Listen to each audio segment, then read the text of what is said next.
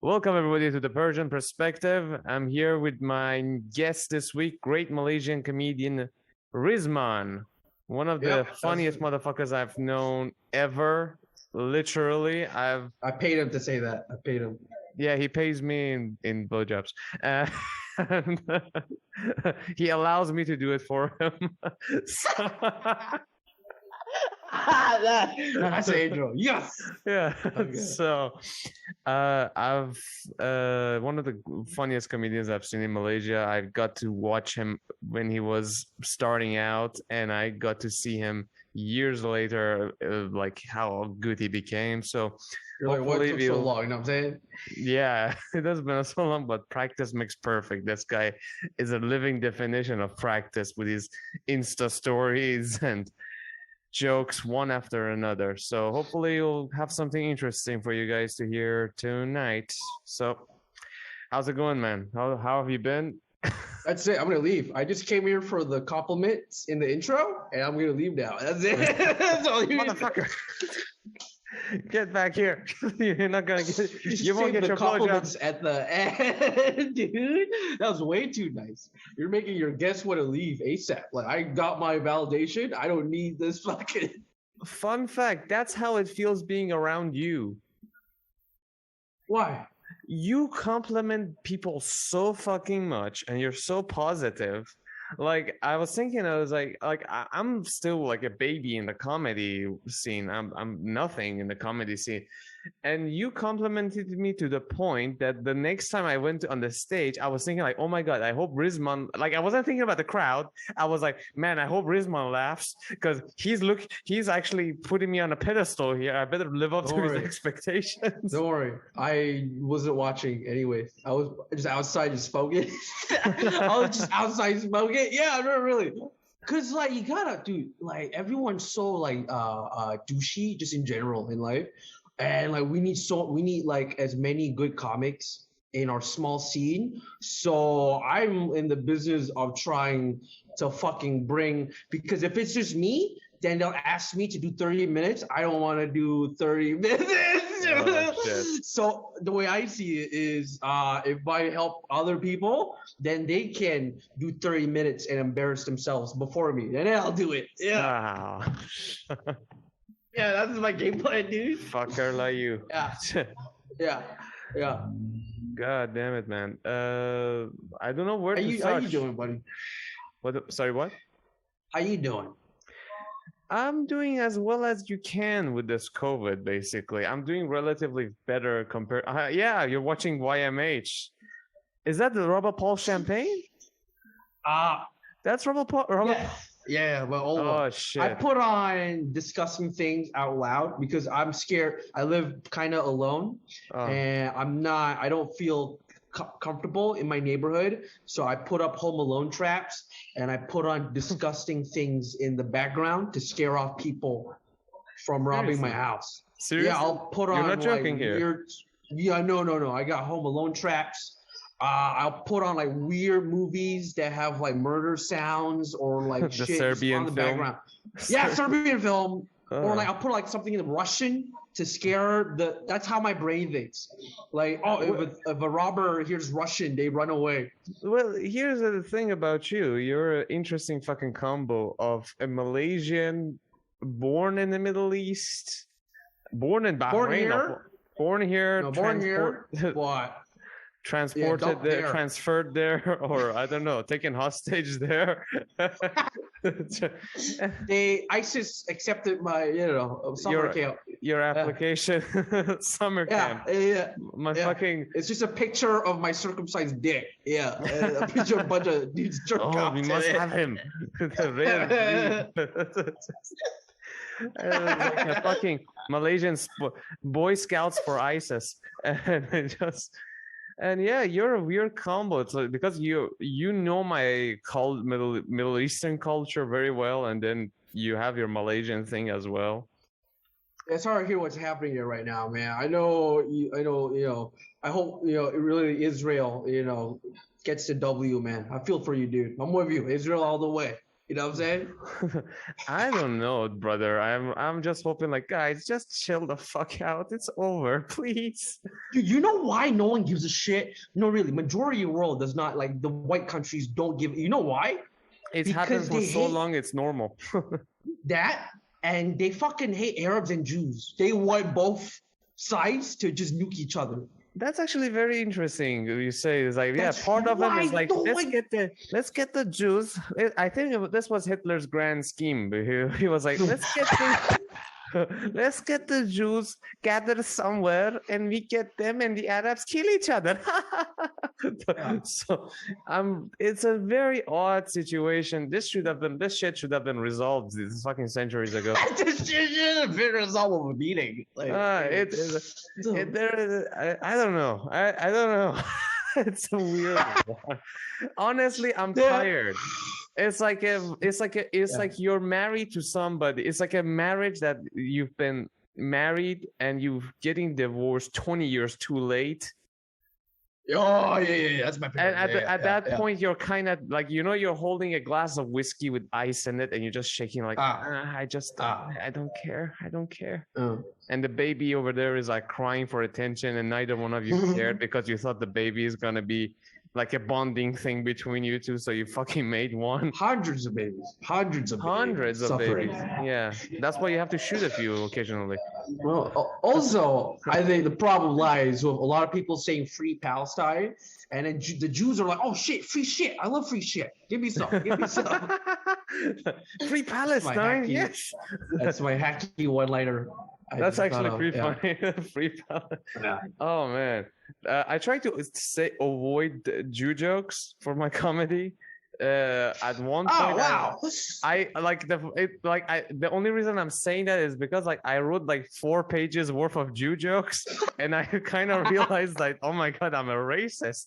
This isn't healthy for my psyche. You're not racist. You're just anti-Semitic. Okay. Anti-Semitic. There's a difference.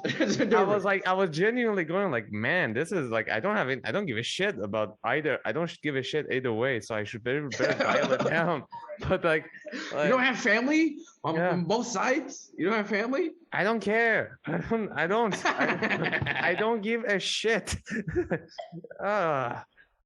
I don't care. Hey, if I care about Israel and Palestine, I have to care. That means I have to care about the African children who are dying. Then I means I have to care about, I don't know, Somalia. I have to care about fucking. There's too much. So I feel like I feel you. So that's why I think they should enact like a new code for being a human, where you just register 3 things you give a fuck about in a year. Yeah. So you write, I don't know, fucking animal cruelty, Palestine, and Black Lives Matter. Yeah. And those 3 things are on all your social medias. So if you don't post about the Australian fires, you don't get shit. Because hey, these are the 3 things I care about this year. I can't care about all of them. Yeah. So here's the thing as well for me. Let's look. I don't give a shit about Australian fires either. You see, I don't care about anything that is not in my life, because for me, caring represents the fact that I need to do something about it.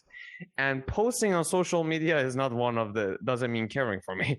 So that's what I think. Like, the people are like, oh, don't you care about, like, somebody literally gave me shit for not posting regarding Palestine and Israel. Right? That's fucking yeah. That's fucked up. Yeah. Share it, you fuck. Those are your people. First of all, they're not my people. Second of all, even if they were my people, I still won't give a shit. Because for me, caring means that either I pick up a machine gun, go take a side, and actually fight against the go there, dude. I fucking hate when Malays give a shit. Or donate money to an organization, which I don't. I don't donate to either side. I don't participate on any walks or causes. So I am literally doing 0.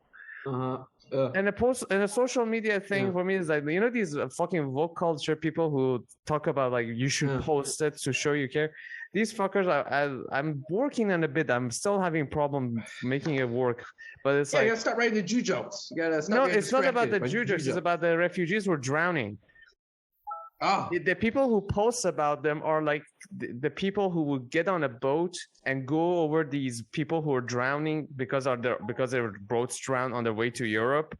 And as they're drowning, these people would pull up on their boats and look at them and be like, "Oh, oh, look at that one. That's sad. Oh," and at the second one of them tried to climb on the boat, like, "Get the fuck off my boat, motherfucker! Get the fuck off my boat." This is. Yeah, man, too many people pretending to give a fuck. That it hurt. That yeah. Either do something or shut the fuck up. Yeah, stop putting it into my social media feed, which I use to watch big titty girls. Yeah, and and I want to watch. I don't know, fucking people falling down the stairs and laugh at them. My Reddit is just porn and current affairs, so I'll just scroll and like jerk off, and I'm like, oh no, I didn't need to see a one-eyed Palestinian kid. And by the way, Palestinians, I mean, at this point, if you haven't evacuated, it's really your problem. They can't leave, dude. They can't leave. Where they gotta go? Oh man, it feels bad. I feel bad for all of them, but fuck them. Let's talk about other stuff. Yeah. Let's talk about why are we eating up time talking about a problem which isn't gonna go anywhere anytime soon? The Jews are gonna keep killing Palestinians and keep bringing up Holocaust whenever you try to talk about like what they're doing is wrong. The problem is they make the issue a political issue and not like just an issue, right? So if you say anything, they invent a word like, "Oh, you're being an anti-Semite." No, I'm anti-Zionist, and it's just like this. Dude, this is how the media fucks. You know what everything. The problem is? The problem is that they're what's their religion? Judaism. Money? Oh yeah. Their religion is Judaism. Okay. Yes. Their race is Jewish. Yeah. Okay. Their country is Israel and is a Jewish state. So it's very easy. Like if you whatever you say, it's like if I okay, you find an German who's a Christian. See, two separate words, but for them it's all the same fucking word repeated. Yeah. They're So- the only ethnicity that's also the religion. Yeah, ethnicity and the religion, that they put it all the same thing, so they all combine together. So when somebody says like, well, the Jews shouldn't be doing this, people be like, well, oh, you're anti-Semite, I see. He's like, no, you guys are Jewish, and you're a Jewish state. So I don't hate you. I hate what you're doing. I hate what you're doing. No, are you saying that Holocaust was all right? No, I'm not saying. This is how the media does it. Yeah, They do this shit. They take a problem that they want to make worse and just make it political and invent new buzzwords around it and just. By the way, another problem I fucking love. It's another country that is not being acknowledged as a country is Taiwan. John Cena is in so much trouble right now. Oh, that guy. Acknowledge Taiwan as can you do me a favor? Can you push the mic closer to your mouth a little bit? Can you speak now? Not in your nose hole, dude. Speak a little bit. How about now? Oh, much better. Okay. Dude. So John Cena acknowledged that Taiwan is a country, and you know how he's a huge simp for China. The dude speaks Mandarin. Oh, he speaks Mandarin like a Yeah. So then he had to go on and do a video, apologize. People were like messaging him on the video where he says Taiwan's a country, like, hey, you gotta apologize and make sure it's in Mandarin. And he does it. He's like, I'm so sorry. Ching Chong. I'm half Chinese, so I don't know Mandarin. Ching Chong, is that your Chinese? I learned it from John Cena, okay? Yeah. So John Cena apologizes in fluent Mandarin, saying, oh, I'm sorry, Taiwan is not a country. So now he's in trouble for not, and it's hilarious because John Cena is like the most boomer human being imaginable, and he's getting attacked by like tech savvy fucking Zoomers from both sides. It's hilarious right now. It's sad. I want him to fight Roman Reigns WrestleMania. The stipulation is if John Cena loses, he has to acknowledge Taiwan as a country. I like, for me that was really embarrassing. But here's the thing, like, it's my kudos to China for having so much power, because that's the only way that fucking shitty movie would sell. They know that. They're like our product is so much horseshit that only like Chinese people only love this kind of a Michael Bay-esque thing now. Like, only power China has, actual power. The fact that Chinese people watch American movies, which could all be bullshit, by the way. You know how like some people have fake bots to follow their Instagram pages? What if China has like fake numbers on like who watches their movies? Yeah, it sucks. It sucks. It's very possible, dude. But here's the thing: the very fact that he said, "Hey, they said like, hey, if you don't apologize, we'll pull the movie off in a second." He had to go like, I'm sorry.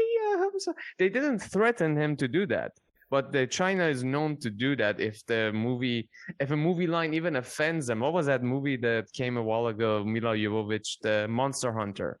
Monster Hunter, yes. Yeah, there is a racial remark in that, which is, honestly, it's a very stupid shit that they say, that the writer should be fucking crucified for the fact that he even thought about, the writer is her husband. Her husband, Paul W. Anderson. Yeah, he sucks. And he says like, so basically that, you know the line? They say like, I don't know, a monster shows up and a gigantic monster appears, and he says like, is that Chinese, Japanese? Look at those knees. Chinese, Japanese, look at those knees. And I was like, oh my god. What does she see in him? What? This guy is not fucking Shakespeare. What the fuck does Mila Jovovich? One of the hottest broads in the world. You know what she sees in him? Keister. The only person who will hire her for a movie. Did she meet someone? Why is she not in any other fucking movies anyways? She's always in the same movies, and she's always doing a jump scene with the cables. Yeah, with a crane shot. With a crane shot and everything. Or honestly, I think he might fuck like a motherfucker. I think she's Ukrainian, brother. Like, she's Ukrainian and she knows. So she can do better. I bet she can. So basically, if you want to make America support you, you either consume their movies or buy weapons from them, like Israel. So now Palestine just has to like watch a lot of American movies or fucking get money and buy guns from America, really. Yeah, pretty much. This is money. Money buys friendships. Money buys friendship, yeah. Money buys happiness. But it's a bullshit story with them. I don't know. It'll end when it'll end. I don't know when the fuck that. It'll end when it ends. You're the most apathetic person. I don't know, dude. I don't know. They've been at it for. No. I'm not trying to force you to get it. Yeah. I'm on the side of which side can get me the most jokes. That is how I have my own personal feelings about it, which I keep to myself, and no one knows about. I don't give a shit, brother. Then I have the side. Yeah, I don't have a side because in this world, having side is like fucking stupid. Like there's no right or wrong. You gotta have a side for everything. Nope.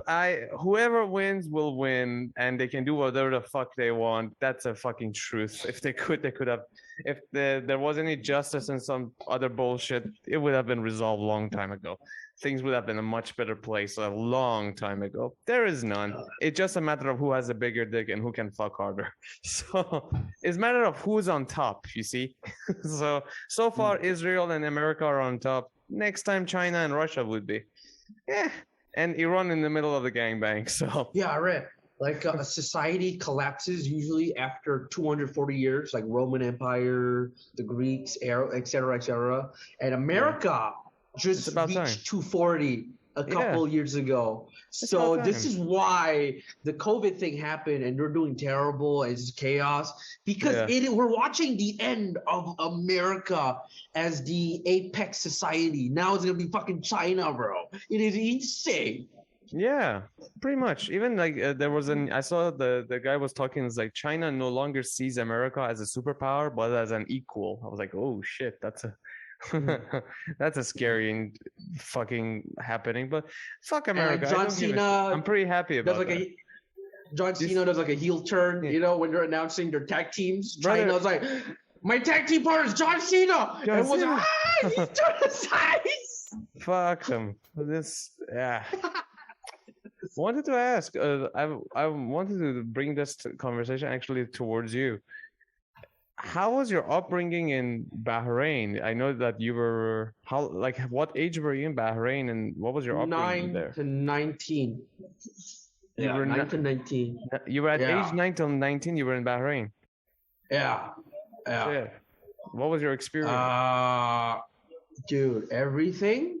I'm not. It is. I'm gonna say the R word because Go I ahead. feel like it is fucking retarded.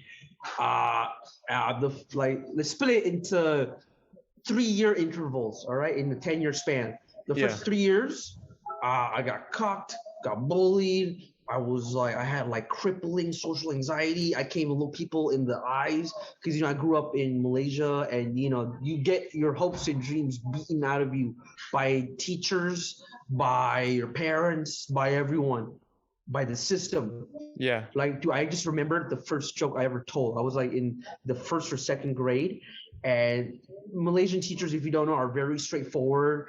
They're kind of like douchey frat boys that are supposed to teach you. So the guy first day of class is like, all right, siapa bodoh, bidi? Whoever is dumb, stand up. And I stood up. This is before I had my sense of individuality beating the shit out of me. I stood up, and then the teacher's like, Rizman, why are you standing up? Because I didn't want you to be the only one standing. And no one got that joke. I thought it was hilarious. Dude, that was a huge bomb. Because I watched a lot of like American movies, so I thought that So, dude, and then the teacher beat the shit out of me. His son, who is my classmate, beat the shit out of me. The older brother, who's like 4 grades above us, beat the shit out of me. The principal and the disciplinary teacher fucking tag teamed on me. All right. And then I go home, dude. I'm like beat to shit. I'm dirty because I'm on the floor. I'm crying. My parents are, why are you crying? And I told them what happened. And they beat the shit out of me for being for talking back to the teacher. So I had a mental block in my head to never say anything funny. Don't talk to anyone. Don't say your true feelings. So from my ages like 6 to like 12, no, 13, I was just like an incel. I'm really mad that school shooting's big now because I'm looking at all these school shootings. I didn't know that was an option when I was growing up. Fuck you. I left school at the worst time. That's not fucking fair. I took it like a man. I took all the rejection, the heartbreak, anyways. So yeah. So like 9 to say 13, dude, I couldn't even look people in the eyes. I couldn't even like order a pizza delivery when my dad's out of town. So I would just starve to death because I was too shy to call Pizza Hut and go to the grocery store. I was just agoraphobic. I get anxiety 24/7. We're looking back now. I'm like, oh, that was anxiety. I had like panic attacks and shit. Oh shit, dude. I was just sweaty and just like, never suicidal though for some reason. I don't know why. Well, that's surprising. I didn't know. I would have killed myself 10 times over. I didn't know that was an option, man. I didn't know that was an option.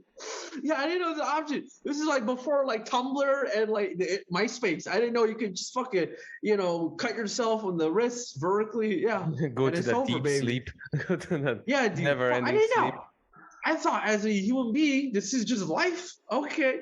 And then, I got bullied a lot in school. And I kind of snapped out of my shell a little. I went to like 8 schools in the Middle East. I changed a lot. Yeah. Due to like I get bullied a lot or like wrong paperwork. I didn't have the grades for that, or my dad didn't have money. I changed school so much. I changed school so much that kind of helped. Because you could become a new person every time you go to a new school. That's a very interesting concept. I actually understand what you mean. Yeah. The first 4 how many schools you went to?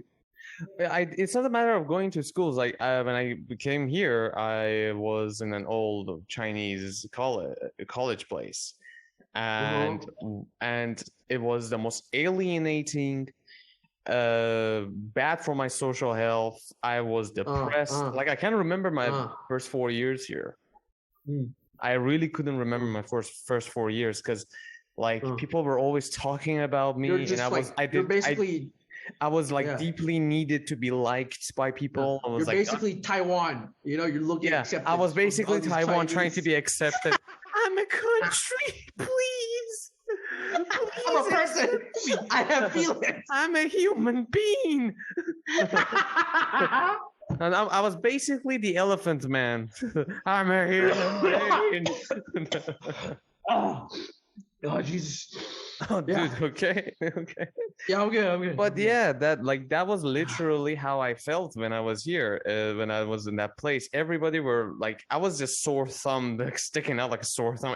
Because there was no other foreigner, and I was the only one, and people were all like talking shit about me without like people like a friend of mine said like Uh-huh. you don't know like the things that they're making up that you're. I was like, yeah, I know, like I hear it, but like it's like even the fact like they even like talk about the thing you eat because they like some people like watch and report. It was bad.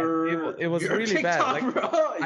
I literally don't remember the first 4 years I was here. I don't know how I passed it. It was really hellish. You just have But to. the second I went to the university, it was like a flip of a coin. I was liberating. I was a new person. And yeah, I became Yeah. a lot better when I switched. So I kind of Yeah. relate to what you're I- saying regarding being like when you go to a new place, I was like, okay, I can have a fresh start because in the other place you're deeply yeah. trying to like establish a ground which you can't because everybody have already decided what you are. You already lost. You Yeah, already lost. you Because already you're lost, trying and the to more you establish. try, the more desperate you Mm. seem. It's like, Dude, that first school I went to, by the way, if I had stuck with that school, I would not be doing comedy. I would yeah, not be here. I would be fucking in Harvard or so. I'm not even kidding. I found out that the dumbest Asian kid from just the dumbest Asian kid from Southeast Asia could be, you're lagging by the way, could be a straight A student in the American syllabus system. Yeah. Dude, can you hear me clearly? By the way. I can hear you clearly. Can you hear Okay, me? okay. You want me to Yeah, I repeat what can I hear you said? clear. Yeah, yeah. Continue. Yeah. You said like the Yeah, dumbest so Asian kid can be beat an American. yeah, dude, you could. The dumbest Asian dude. I got straight A's. It was an American school. Mm-hmm. Yeah, it was. I had like white teachers. By Yeah. the way, white teachers freaked me out the first day because Why? again, let me remind you, I grew up with like fucking ustazas, religious Muslim teachers who will beat the shit out of you, Yeah. and then all the teachers, normal teachers teaching English will beat the shit out of you. Everyone's beating shit out of you. The cops are everyone's beating shit out of us, man, kids. And I go to an American school. The teacher's like, "Hey, Mohammed, how you doing?" I'm like, huh? All friendly, all friendly. And he's like, relax, put the knife down, relax, kid. But I'm not. Yeah, so I got really freaked out, and that environment let me just relax and learn. Dude, I was like a fucking I had a 3.9 GPA. I skipped 2 grades. Yeah, they looked at my paperwork. They're like, dude, we're doing this now. You're a genius. What the fuck are they teaching you in Asia? No, this is just Asian kids in general. We're like 2 steps ahead of American kids in education. So I skipped 2 grades, and then I just 3.9 GPA, didn't study, got bullied, but the teachers love me. You're like, this kid's a fucking genius. So if I stuck in that school, yeah, I would have been definitely bullied to shit, probably gang raped. Might have liked it, I don't know. But I'd probably be in like Silicon Valley or something, man, working on like some crazy app. But I did it, and I went to shitty schools, but had fun kids that accepted me, and that just changed. There's a graph of my IQ points from like my type. Like you can see, like, okay, no friends. Oh, no friends, no sex life, no nothing, no drugs. And then, first kiss. first puff of weed. Oh, and you're done. And you're a comedian. I mentally peaked at like 13, and that's it. Yeah. I'm the dumbest person I've ever been right now. Then you became a comedian. This is in alternate timelines. This is the dumbest me. I know I sound smart because I sound white. That's because, by the way, I got this voice. The teacher the white teacher I'm telling you about, he's my favorite dude. 6'5" from Boston, Army veteran, huge like cock. Captain America. Huge cock, you could see his outline. No, he rode a bike to school, so he had like biker shorts. Dude, all the students were like, "Holy shit, he's got Thor's hammer." He looks like Captain America, but he's got Mjolnir. And dude, he's like good looking. He's a pacifist because the war gave him PTSD. He felt so bad. He went back to the Middle East to teach Arab kids English. Oh shit. Yeah. So this guy is a good man. And I got bullied a lot, and I got the only way to get out of some bullying was I did a really good impression of him, of his voice. So you started making people laugh to get at the bullying. Yeah. So like how most comedians start. I was just like make fun of like the most Boston American accent, and then I would have to do it like every day in school to not get my ass kicked. And then I start thinking in the voice, and I start dreaming in the voice, and I sound like this, dude. This is why I can't do impressions on stage, because I can't do an impression on top of another impression that's like seeped into my brain. That's why I fucking sound like this now. Shit. So yeah, I'm not smart. I'm not. This is. I think you are. The way I've seen you're constructing jokes one after another. It's quite there. But at what point did you realize that you want to be a comedian exactly? Dude, I think every kid who liked comedy as a kid wanted to be a stand-up. It's just they didn't know how. And if they were in a non-white country, it's over. It's just like, I don't know how do you feel. I think they were just born funny. We didn't know there was a process, open mics, you got to bomb, you got to kiss ass, you got to go gay, you got to fucking, So, and then in countries without stand-up comedy, like, I don't know, like Russia, fucking Taiwan, or Bahrain, or Malaysia, you're just like, oh, okay, that's just a white person thing. And then nowadays, so now we grew up, me and you grew up thinking, oh, I'll never be a comedian. That's not even in our heads because we don't have anyone who looks, And then unfortunately, we are now in a country that has comedy. So I've always like wanted to do comedy. I watched comedy since I was like 7. I just didn't know that was a choice until Malaysia started a scene. So I did drama club. I did improv when I was like 14. I didn't know it was comedy at that time. Yeah. They have comedy in Bahrain? No, I just seen like high school drama club, Oh, right. Okay. Dude, I fucking killed it, dude. I had this one bit. I fucking Dude, I was so funny before I did comedy. I was so fucking funny. I'm so mad that comedy just stole. The first comedy, I remember the first time I ever did comedy wasn't actually here. It was actually when I was in 7th grade. Because like in Iran, there's like first you have a high school. It's not high school. It's there. I just don't know what the name of it is. Like Iran, we have 5 years.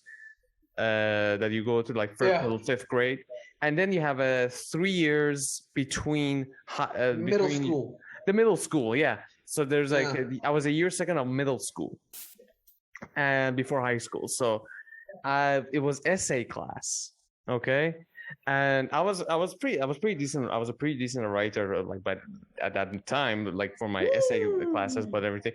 But like one day, the teacher said like, open subject, you can do whatever the fuck you like. I was like, oh great, everyone just write essays about killing Jews. No, worse, I roasted every teacher I knew. I wrote a roast I remember this so vividly. I wrote an entire roast of every teacher we had at that year. Holy shit. I was like, yeah, our Dude, geography Comedy teacher who's a Central. sweetheart, but could be a fucking nightmare because, like, if it depends on his mood that day, how he's like, I don't remember all the jokes I gave, but I started the other one who's like so fat he can't laugh like this. I just started like, I literally wrote an entire roast of all the teachers, and I went up and started reading it, and people were laughing their asses off. All the kids were laughing, dying laughing. My teacher was a good dude. He never he didn't call me out. He didn't laugh. He just had his hand under his chin and he just kept like he looked at me because he really liked me. He really liked me.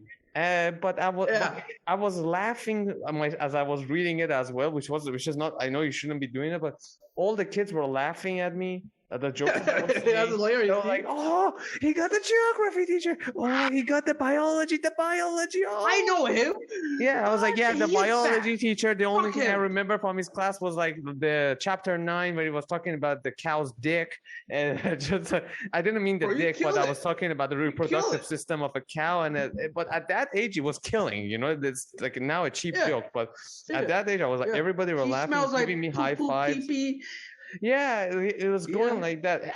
I tried to keep it By the not way, crass. shouts out to our English teachers, right? Yeah. Your English teacher, my shit was an English teacher. Shouts out to English teachers around the world. Just yeah. They did it. Yeah, they did a fantastic job. Yeah. So, but for me, shout out to Hollywood movies because I was already speaking English when they started teaching what's it called the English in the English class. Well, they helped out with the basics, but I still was like, I never really studied for the English class, so that was a good thing for a holiday. That was the only class I would always get an A.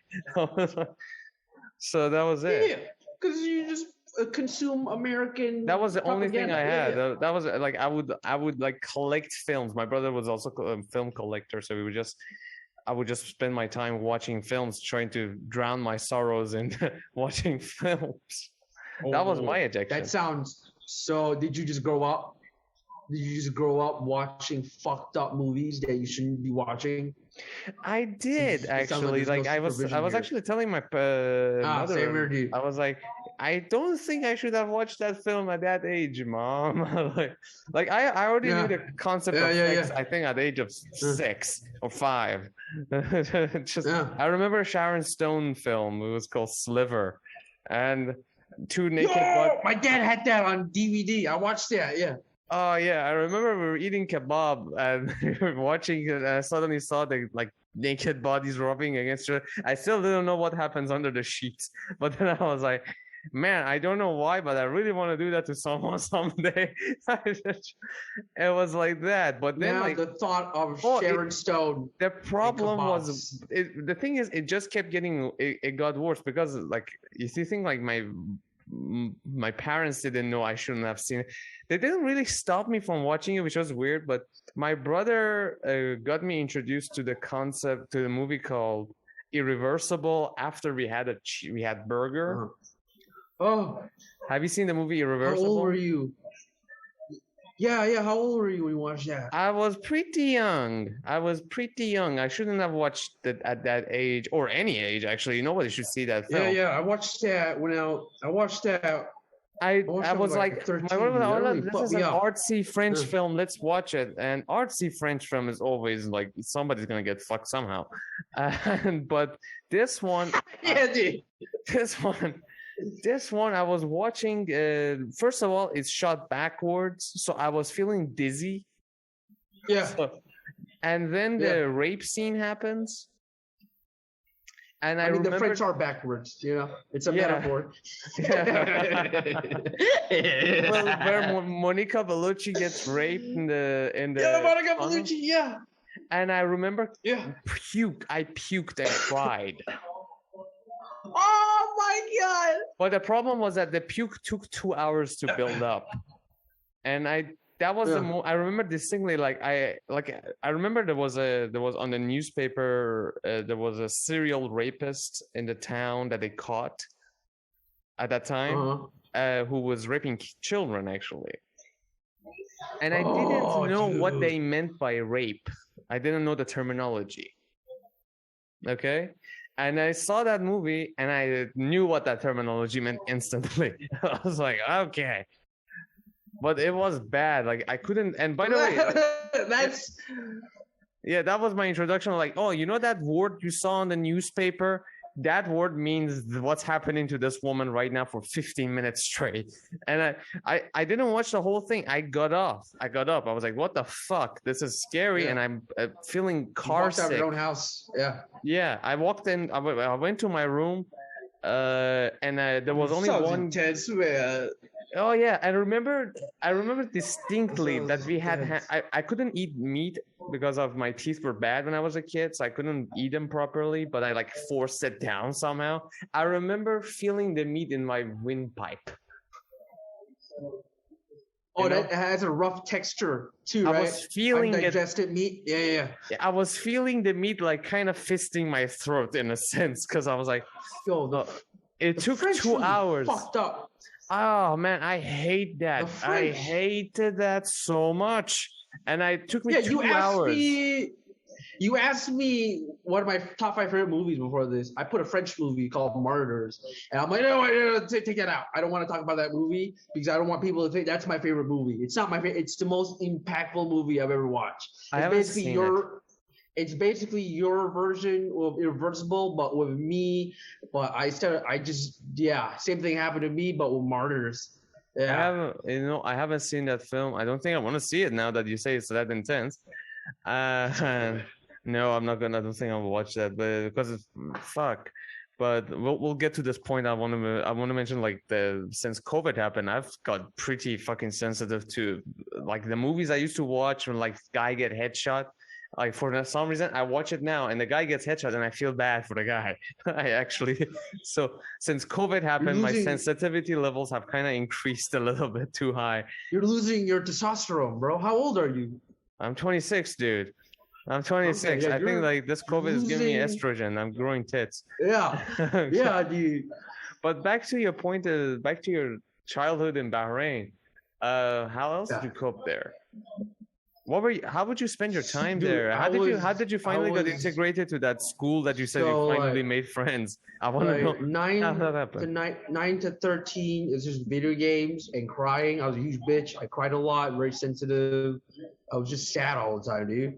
And then something happened. That's another long story. And then from 14 to 19, bro, I just shot off, dude. I do not remember that 5 year.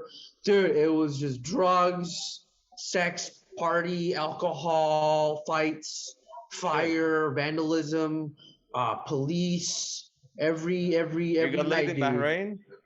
Yeah, dude. Yeah, Oh, you Arab. dog. Yeah, dude. Yeah. Get that I Arab lost my pussy. virginity. Get that- I've never really had official Arab puss. I've only had like Egyptian. Yeah. Oh, close enough. Egyptian's not really. Yeah, right. It's close enough, but not really the authentic thing. You know, it's like. No, not here's the really. thing. Here's the thing. Look, Arabs fuck the gene pool long enough for it to be Arabic now. So same with Iranians. When they came, the Arabs had the motto said, "Leave no pussy unfucked," and they fucked the gene pool up. We used to like have we used to be a little bit lighter in terms of hair. So funny. That's so funny. Mm. Oh yeah, my first my first wasn't a Masri girl. It's a white girl. Yeah. Your first was a my- white girl. Dude, I don't know where to start because the I'm still fuck? processing. The thing I is, know, is that right? when you're talking about Bahrain, I only imagine like Arabs and bombs and chaos. I knew Oh, it yeah. was. I knew it was a good time back in the day, but still, That's now I'm like, that's the misconception people have about Bahrain. It is, dude. It's like the second. It's like so first of all, it's the fourth richest Arab state. Secondly, it's like the third or second most liberal Arab state. So there is a lot of expats. There's a lot of non-Arabs there. There's like fucking Americans, British, Australians, fucking Africans, Filipinos. There's like 3,000 Malaysians in Bahrain. It's just that like no one goes to the Malaysian things at the embassy because Malaysians, we're always late and we just fucking flake. So yeah, dude, there were more at one point. They were gonna be the population for Arabs and non-Arabs were almost equal. Yeah, it was like 1 million Arabs and 800,000 non-Arabs. It was almost Wow. equal. Yeah, yeah, that's Shit. Bahrain. Yeah, and they were completely cool with it. Yeah, it's like it's like the Singapore of the Middle East, Bahrain. There's a lot of whiteys. It used to be A lot called of the Bride of the Middle East, but I'm not sure if it's still like that. But I hope it is. But yeah, because like I what was was feeling she? like Navy SEALs were talking about like when they were based in Bahrain. I was like, oh my god, like I was served beer. It was such a good time. So tell me like how the fuck tell Yeah. me about your experience. Tell me how you got the white girl. Ah, dude, I don't know where to start because I'm still processing this shit, and my memory is cloudy and it's like I'm not. Whenever I tell a story, I sound like I'm lying Were you because high? I'm genuinely trying. I was high from 13 to 19, dude. Yeah. I don't think I was ever. So my brain is so cloudy, and I'm remembering things. I'm combining memories Yeah. that were actually separate because my brain. There's a lot of PTSD also that I'm trying to not remember. So my brain is very unreliable. So yeah, that's why I don't tell stories on stage. I'm terrible at telling stories. I don't. The structure is like a French movie. It starts at the end, and then in the middle part is the first act. It's like a Tarantino movie, man. My Fuck. memories. I don't fucking know. So yeah, don't do cough syrup a lot. You do it a little. Yeah. I was on that a lot. I got cough syrup banned. I told this on the last episode. I don't want to tell that. That's boring. Yeah. But yeah, anyway. So the white guy, the English teacher, kind of helped me out of break my shyness. Yeah, he would invite me. Dude, he would like ask me to stay after school, and after sucking his dick, he would ask me to help grade my classmates' papers with him. Because he's like, dude, you are like way too smart. Can you help me grade your friend's papers and I'll give you extra credit? And then afterwards I'll teach you how to play basketball. And then I'll take you to this place that shows hockey games. That's why I love hockey. This guy would just groom me. Basically, essentially, he's like grooming me. Really, yeah, yeah. This is a very weird story. No wonder you start Yeah. taking drugs. Yeah, we had a Goodwill Hunting, so he kind of broke me out of my shyness. He taught me how to talk to girls. He would like literally like make me, okay, I want a large venti Americano. You go to the cashier. I'm like, huh? He would like train me how to talk to human beings, and then I would Listen, go. nice dude. I'm like, hey, can I get a venti Americano? And you're like, yeah, dude. Are you okay? Are you kidnapped? Is that white man kidnapping you? Are you okay? I'm like, no, that's my teacher. And then, yeah, so he kind of taught me how to be a person. And then slowly I would, talk to strangers. And then one time I'm out of my house and then I bumped into these two girls. And then I just started chatting with them, and then they invited me to hang out with them later. And then those girls introduced me to 3 of my closest friends, and those 3 introduced me to thousands of young hooligans and parties. And from that there on, yeah, I lost my virginity, fucking fought people, fucking snorted like ecstasy, and almost got OD. That's it, yeah. Oh shit. All from that English teacher. Yeah, God bless he his taught heart. me too well. He taught taught me you too too well. That's the well. problem. Are you still in Yeah. touch with him? Do you know like do you have any I'm too contact? shy. I'm scared that he'd be disappointed in me. So I just added him on Facebook and I just stalk him once in a while. But I don't message him or anything because I'm so scared. No message, nothing? Nothing. Oh shit. I'm I know so I know how scared. you feel though. Yeah, you don't want to disappoint somebody who like I don't looks, want. found something in you. He's the only male figure in my life that I truly respect. My dad, huge cock. Love you, Dad, but huge cock. Did not teach me how to be a man or how to, do anything. He didn't teach me jack shit. Yeah, my mom was wild, so that guy was like the first stable adult in my life. You've had it. Was the English teacher your first like stable? How was your dad? My father was somewhat stable, yeah. He wasn't present enough. He would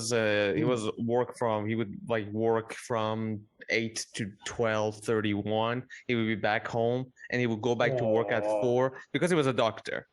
But he was stable and he wasn't a bad father to me actually.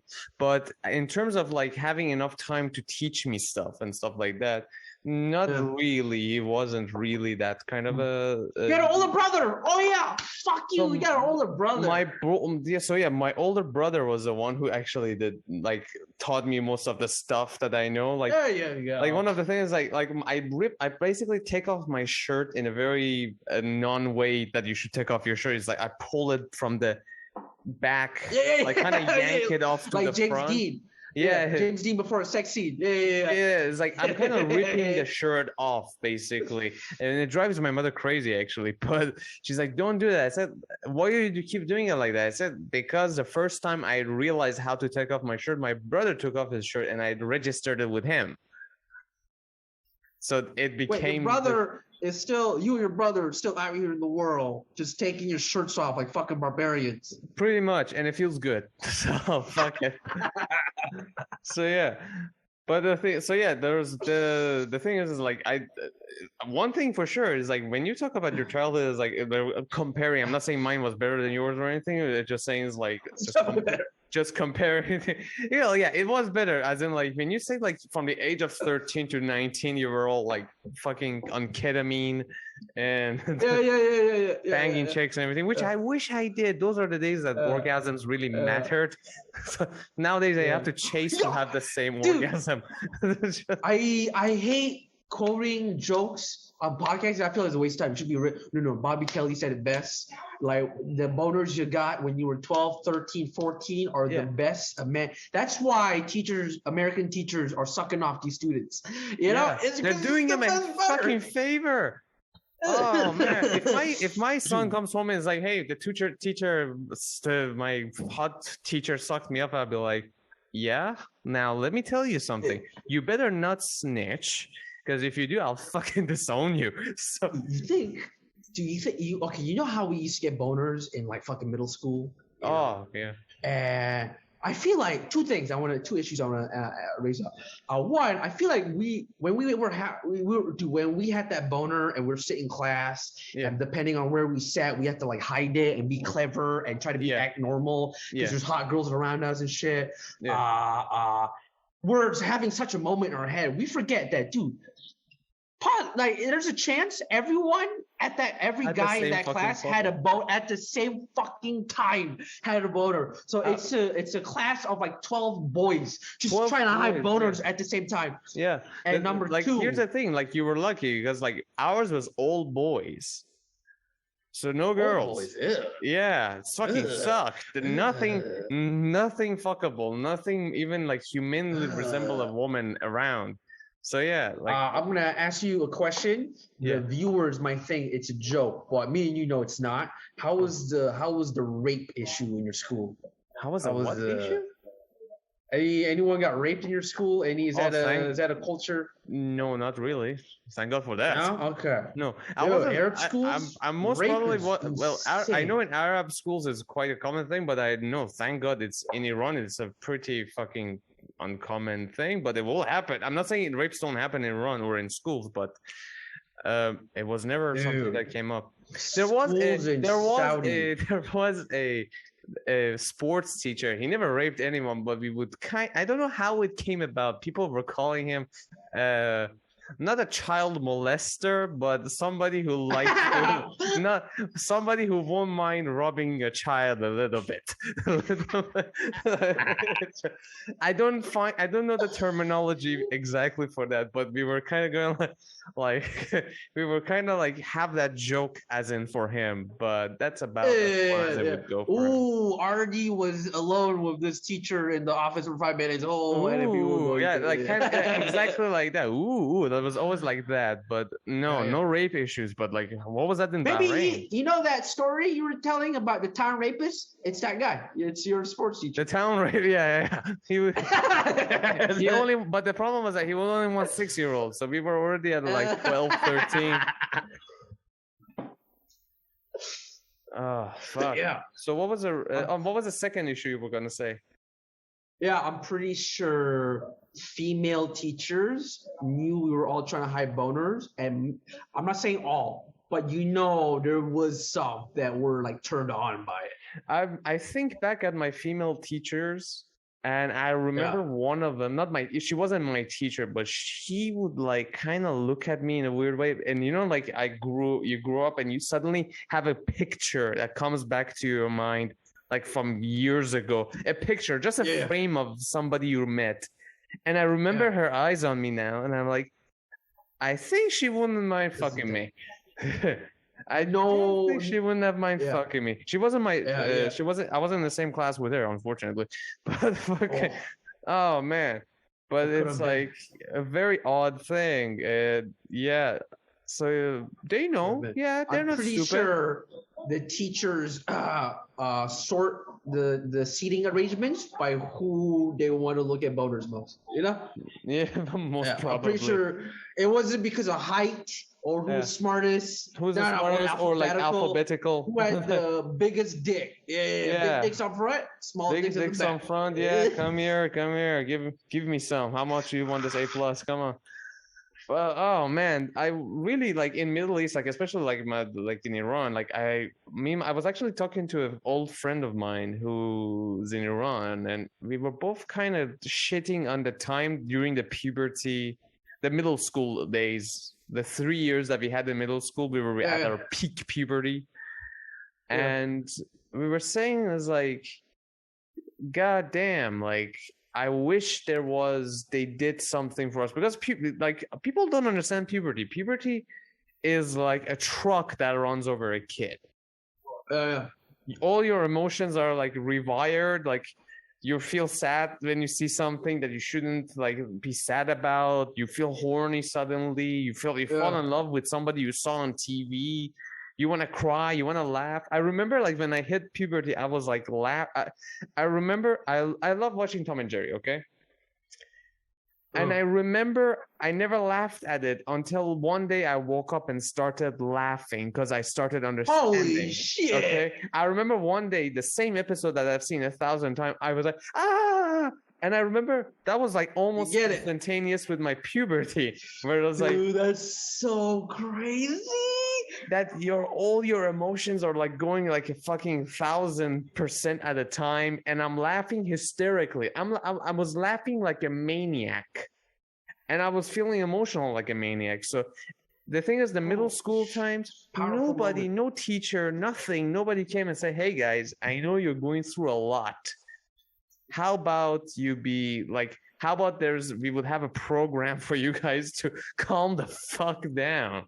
Instead of like the fucking Middle Eastern kind of a school system, which is basically sit down, memorize it, and pass an exam at the end of the year. Oh yeah. If you're not good at football, sorry, buddy, you gotta learn books. You know what I'm saying? Yeah. It sucked. It really sucked. Those years and the orgasms when they really mattered. Who was the first? Here's a question for you. Who was the first person you came to? When you first actually orgasmed? when you discovered masturbation? Oh, I just kept it. I was just so scared that my body. Who was it? The first that you asked it so weird. Like I jerked off and then like I quickly run outside and told everyone about. No, I didn't.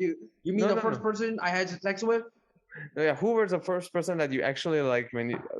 I assume you you masturbated. You found orgasm through masturbation. It was. So who was the star? Remember he taught me English, so he taught me a lot more than English. You know. Let me teach you the arts of pleasure. No, it was. I dated this white girl when I was like 15. She's from Louisiana. And dude, by the way, whenever this guy, I look pretty much the same as I did when I was 15. Oh, wait a minute. It wasn't a masturbation. You fucked for the first time. So that was like your first orgasm was by fucking. I mean, I jerked off, I didn't edge myself, I successfully jerked off. Yeah, that's the thing. I only had like 2 years to practice how to jerk off, so I didn't really master it before I lost my virginity. Anyways, but yeah, I just had sex with this white girl. That did one that dude. I think it should be law that Asian guys should lose their virginities with a non-Asian, just so they have at least a boost in character. Oh my God. I know. You know, I like know. Dave Chappelle says, the first blowjob I got was from Michael Jackson. Well, if I start in here, then the sky is the limit. Sky. No, for me, Yeah, we dated unfortunately, I for did not a have year. that privilege. I was thinking about I remember seeing Underworld 2. Oh, back to Million Jovovich. No, Kate Oh wait, Beckinsale. no, it's Kate. Oh shit, Beckinsale. There. Oh man, I remember seeing Underworld 2 and that like fuck scene that came about, and I remember my entire world like suddenly turned upside down. The first thing I drifted off to, I think Hannah Montana, Miley Cyrus. Yeah. What? No. Vanessa Hudgens. She had nudes or something. Yeah, she had nudes. Yeah, Vanessa Hudgens, High School Musical fame, had nudes that leaked. And she was like 17, 18. I was like 13. And I knew how to use the internet to the point where I could find it. And I just went to town, man. Went to town, man. Good for you. I didn't have actual intercourse until I think I was like 19. 19 or 20. I lost it pretty late.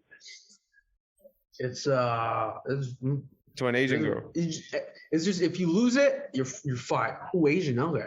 Yeah. Okay. Here or yeah, here. Okay. How was your experience? That's pretty good. Here's the thing, though. It was built up so much in my mind that Yeah, 19, dude. And 19. to be honest with you, with the second it started happening, I was like, wait, is this how it is? Is this it? Is this how it feels? Oh shit. Shit. I'm pretty disappointed. Oh man, it was all right. It was pretty fucking bad. It was pretty all right actually. It wasn't bad, but yeah, that was my first experience, and I was like, all right, so this is what sex is. So it wasn't like so that's when my trajectory of sexual relations started, but it was at the same time I was like, oh, all right, so it wasn't what that you know, in the movies like they show the guy, like the girl goes down on the guy and the guy is like, oh my god, and he starts twitching on the thing, and there's slow motions and shit like that. There's like fireworks and their dad jerking off, but none of that happened. Then I was like, oh, that doesn't happen in real life. That doesn't happen in real. It feels good, but it's not that thing that with the fucking world exploding. Seriously though, God bless this Chinese girl, because like Malaysians are pretty fucking racist. So God bless this amazing, beautiful Chinese woman. She was amazing. She is amazing. All that, but here's the thing: I owe it to comedy. So proud. I owe it to comedy. I owe it to stand-up comedy. What, you brought her to a show, or no, not to a show? Billy Connolly gave the best advice, and he said, "Men need sex to feel loved. Women need love to have sex. So, in order for our species to continue on living, someone requires to lie here." So that's when I was like, "Oh shit, that is true." So when I started lying, and I started getting pussy. Yeah, you become who you think they want in a guy. I'm starting to like act and like say what I think they would want to be. And it worked. I was like, that's exactly how I've been laid my whole life, Artie. I've never been laid as just me. Yeah, I treat every new girl I'm texting like every new school I went to as a kid. I'm a completely different person now.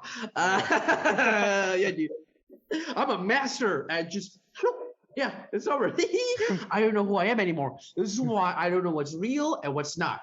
I am just a huge ass fucking phony, bro. Fuck, man. But I don't know. But fuck that, man. Lying is amazing. Dude, if lying was not a thing, no one would get laid. Dude, no one will get laid. No guy will get laid. Do you love me? Yes. Yes. No, dude, not even Ryan Gosling would get laid if lying was not Yeah. a thing existed. Cause yeah, he's good looking. Girls will hit him up, and then he'd just be like, "Yeah, I don't want a relationship. I don't want to fuck you." And then You know that he would fuck. He was you know that Mark Normat, I think that's his name, that new comedian Norman, who said he had sex with a girl, and she was like, "Tell me something. Let's be honest. Let's be honest with each other. Uh, I'm not a virgin.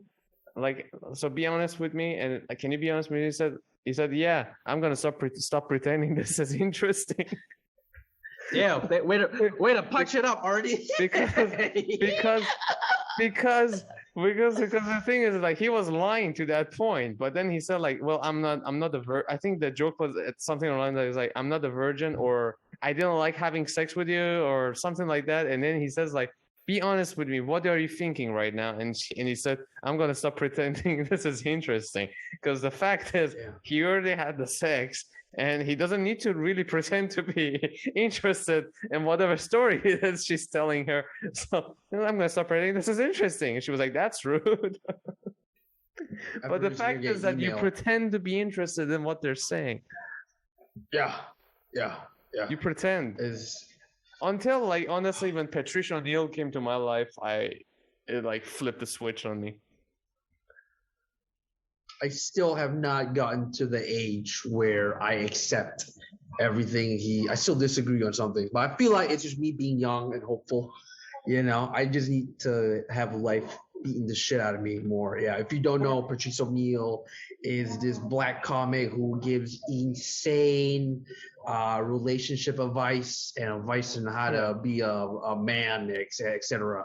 He's a little extreme, but his thing works in America. But the thing for me is, like, okay, I am not exactly. It works in America. Yeah, yes, but for me, it's like, I'm not gonna. What I took away from it is, like, I'm not gonna lie, and I'm not gonna pretend I'm interested when I'm not interested. I am gonna be myself the best I can be. And if you take it, great. If you didn't, fuck you, I'm better than you. So that's the kind of a thing it went for me. It was like, yeah, I'm gonna be myself, and I'm not gonna lie, and I'm not gonna pretend I'm interested if I'm not interested. I'm gonna be really, and if I feel like you're compromising my happiness, or if you want me to, like, pursue you or something like that, like seduce me like this, like the French girls or whatever, I'm like, no, fuck you. I'm gonna go have my drink and have a better time than I'm having it here with you. So that was for me flipped. Do you get female audiences listening to this, or you just don't want anymore? I don't have an. I don't know. It doesn't specify the genders, but all genders are welcome. Non-binaries too. So yeah. So that's for sorry. It's pretty hard. I think interviewing me because I go all over the place. Yeah, you ask me one question, I completely don't answer it and go on a fucking long litany of side stories. Well, that's ketamine. That's what ketamine does. Yeah, my attention span is like none. I can't do it. I felt so dumb. I tried to read a book a couple of days ago. Dude, it took me 2 hours to go through 4 paragraphs of the first page. Yeah. It took me 2 hours. And I felt really fucking dumb, dude. God damn it, man. I just cannot. I don't think it's your problem right now, man. I think everyone's problem is that, man. Really? Oh, thank God. I'm having trouble concentrating reading as well. Yeah, I would like to attribute it to social media use or YouTube or everything like that, because, like, there's just a shitload of better entertainment than sitting down quiet and read. But at the same time, I think, like, COVID has a bit of a thing to do with that. Yeah, I think COVID has made me mentally, like, IQ wise, decline a little bit. Yeah, I honestly feel that. I feel like sometimes, like, I forget spellings that my spelling was great, and it just went to shit suddenly. And I was like, wait, what the fuck happened? Why am I doing this? And I think the isolation is kind of make you go backwards a little bit. So yeah, Yeah. Also because we don't have to pretend to be smart to anyone, so we're just at home alone, just being dumb 24/7. You know, Yeah. usually for me, the 6 hours I go out and meet people is when I have to pretend to be smart and know things and try my best to Yeah, try your not best to fuck up the present. sense. Now I'm just home alone. I'm like, yeah, I'm fucking dumb. I don't want to try. It's just me. Well, I want to go back to your Bahrain time. So when you finished being in Bahrain and you came back, and the 7 years of how many years was that? 6 years of neglect that your dad had in Bahrain. Because I don't know how you could do this much ketamine without being called out for. Dude, my parents' marriage is like horrific. By the way, don't go Like, into it if you don't want to. By the way. oh no, dude, we have a fucking open book, dude. Yeah. Okay, I'm sure. like, Go ahead. yeah. Dude, my parents' marriage. Oh my god, dude, Arden, this is the first memory that stuck into my 5-year-old brain. Shit. Okay, I just remember them fighting a lot as a kid, blah, blah, blah. They got married. I have 2 older sisters, you know. Anyway, this is the first memory I think I have as a child. Or the memory is so powerful, it just deleted everything before it. So my life is in 2 separate, like before the event and after the event. So my dad stabbed my mom. No, dude, we were at a mall somewhere. And then they're both like yelling and bickering, and they're like, oh, it's normal. We're used to it. And then they're like, okay, let's just go home. Fuck this. I don't want to go out. Let's just go home. She's like, fine, we'll go home. And then we get in the car. We're in the parking lot, and then I'm sitting in the back, in the middle. My sisters are like asleep side by side next to me. And then my parents are just like fucking hating the shit out of each other with your body language and your energy. They're just, can't believe I got married to this person. That was my dad. My mom did that, but said it out loud. Because my mom's the most vocal bitch ever. Your dad is a quiet type. My dad, dude, I've never heard him speak to this day. I've never heard him say full sentences. He just mumbles and mutters like a caveman language. Yeah, I have to like translate what he says to the waiter. Oh, he wants this. He just does not. He doesn't care about communicating. Yeah. Okay. Yes. So my parents are in the car. So my dad, it was a manual. So my dad had his hand on the shift thing. Yeah. And then I just see his hand, and I see my mom's hand. And I put my mom's hand on my dad's hand on the shift thing, and then their hands are on top of each other. And I watched them slowly crawl it away. Like, and I'm just sitting there in the middle. I'm like 5. And that's like the worst thing you can see as a child. Dude, the car ride back from the mall to where we live was probably like an hour and a half because of traffic. But dude, it felt like 5 minutes because I just realized someone tapped me. Hey, we're here. I'm like, what? I just blacked out. Oh, fucking! That's when you became a comedian. That's the root cause. That's your first memory of your parents. That's my first memory of my parents. Yeah. So when they got divorced when I was like 20, I'm like, are you okay? Cool. Next, what are we having for lunch? Like, it is such a throwaway. Like, me and my sisters treated the divorce like it was such a fucking throwaway. We're like, yeah, why don't you do it sooner? Yeah. So yeah, my parents. What was the question? No, we were talking about your why your dad didn't pay attention to you for that's my when you were doing ketamine. He's a depressed man who would just watch porn. This man was like a crazy porn addict. Like I have so many memories of catching him watching porn. It is absurd. He was either watching porn or Liverpool. Okay. So yeah, I would just I would find his porn all over. The guy is a huge porn addict, which is why I'm very like asexual, because I just associate sex with him just being a huge creep. So just sex just makes me feel gross. Yeah. Anyway, so he's a depressed man. He just locks himself in his room. In Bahrain, he was an engineer. He worked from like 10 a.m. till 4 p.m. because Bahrainis are very lazy and they fought for the working hours to be very short. Bahrainis are the laziest human being. I'm gonna fuck it up. I hope not. The street joke is a German man. A German man a Japanese man, a worker, has a work problem, and he couldn't solve it. The Japanese man is like, oh, if I can't solve it, I have to work harder and try and solve it. All right. If a German worker has a problem and he can't solve it, he's like, oh my God! If I cannot solve it, we must all work together in this office and solve this problem. And then the Bahraini worker has a problem that he can't solve. Bahraini guy's like, Habibi, if those two cannot solve, how can I solve?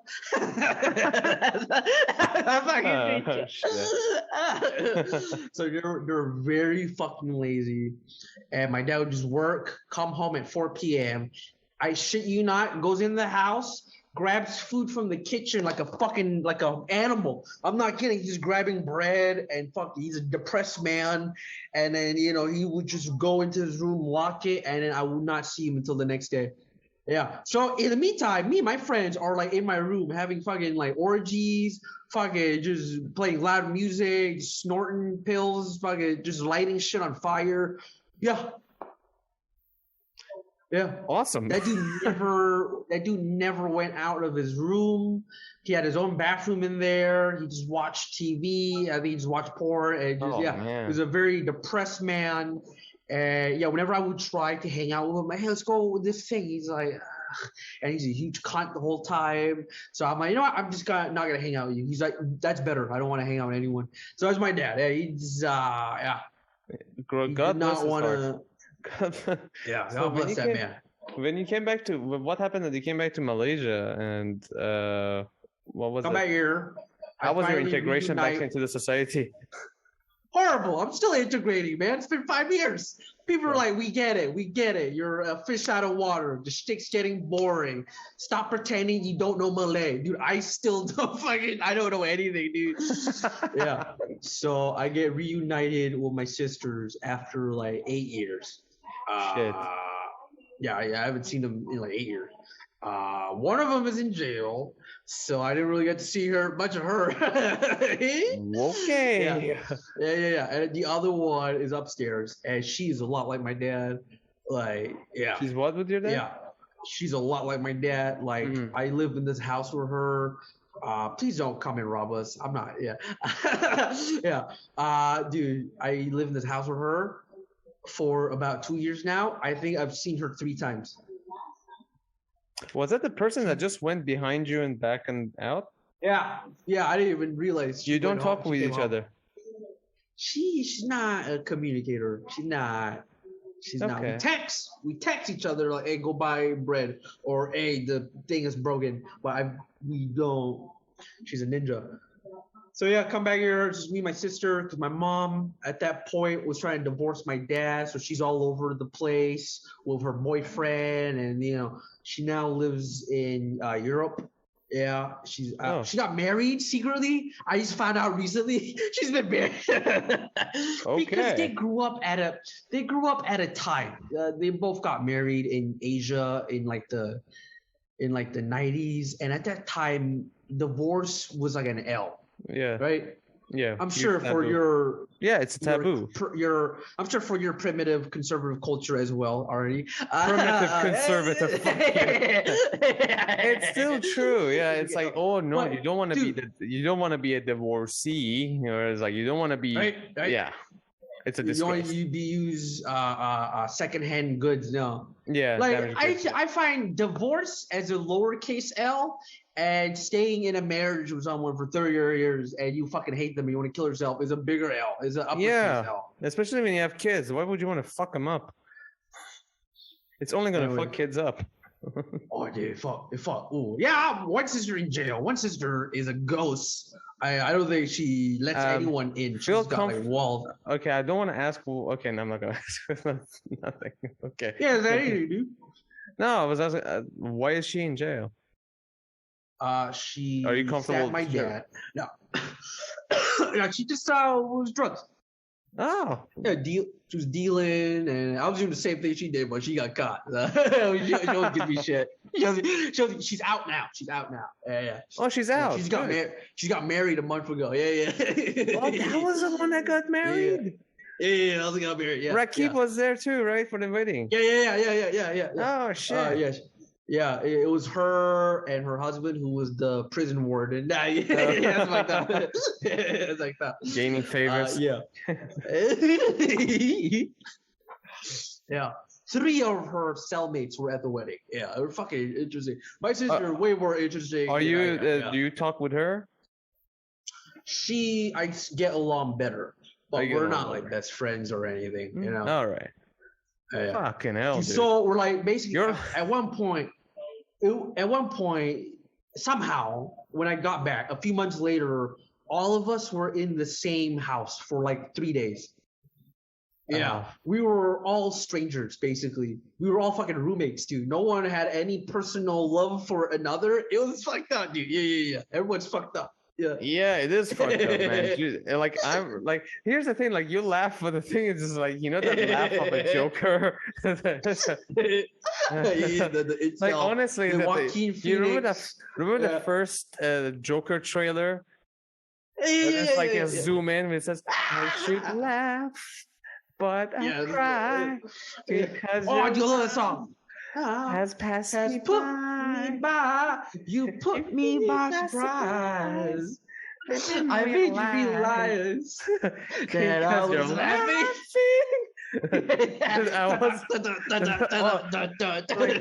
I feel like honestly, that's why our comedians are sociopaths who don't take actions on their thoughts.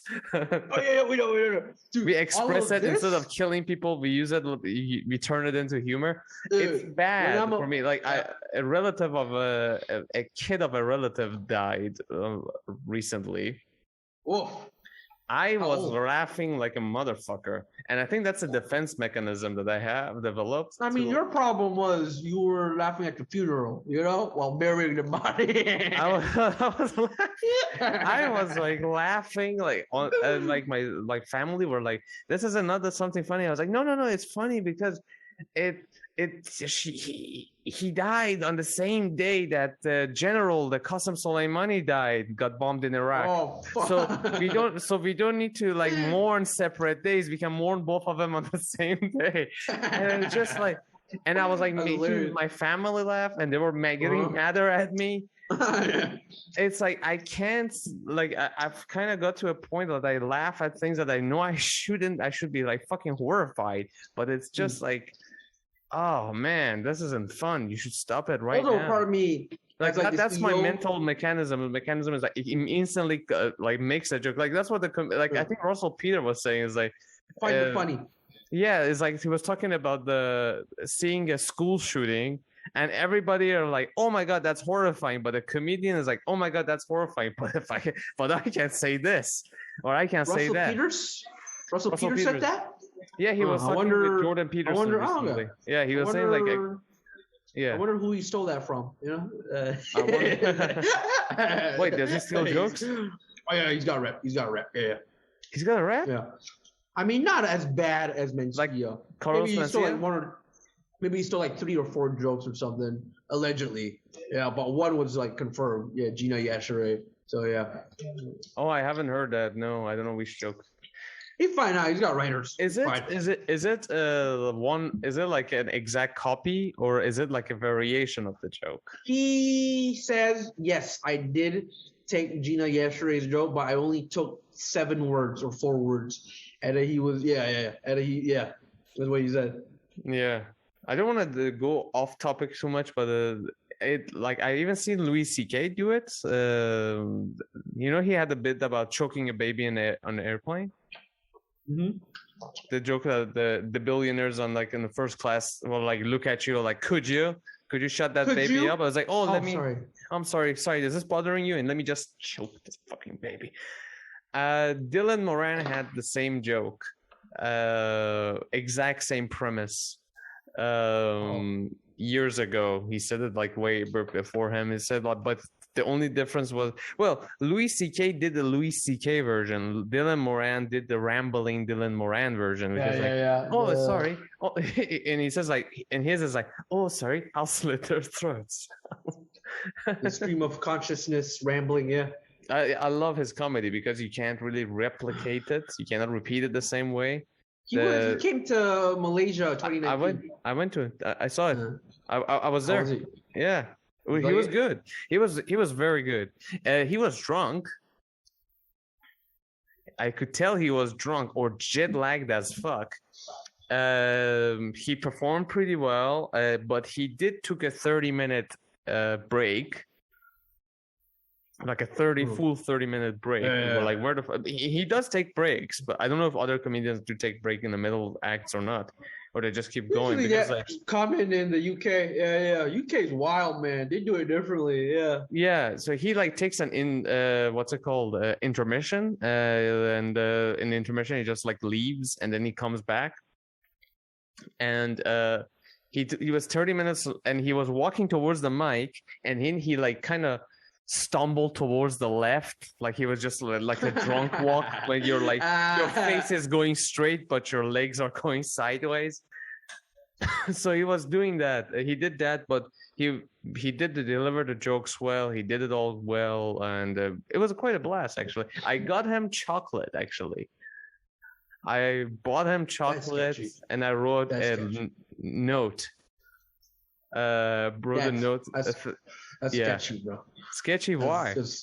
Oh, I don't know. It's not like someone's done that, put arsenic and shit, you know. Yeah, with sketchy. arsenic, yeah, I probably could have. Did you write the notes of like cut out newspaper letters? What the fuck? No, dude?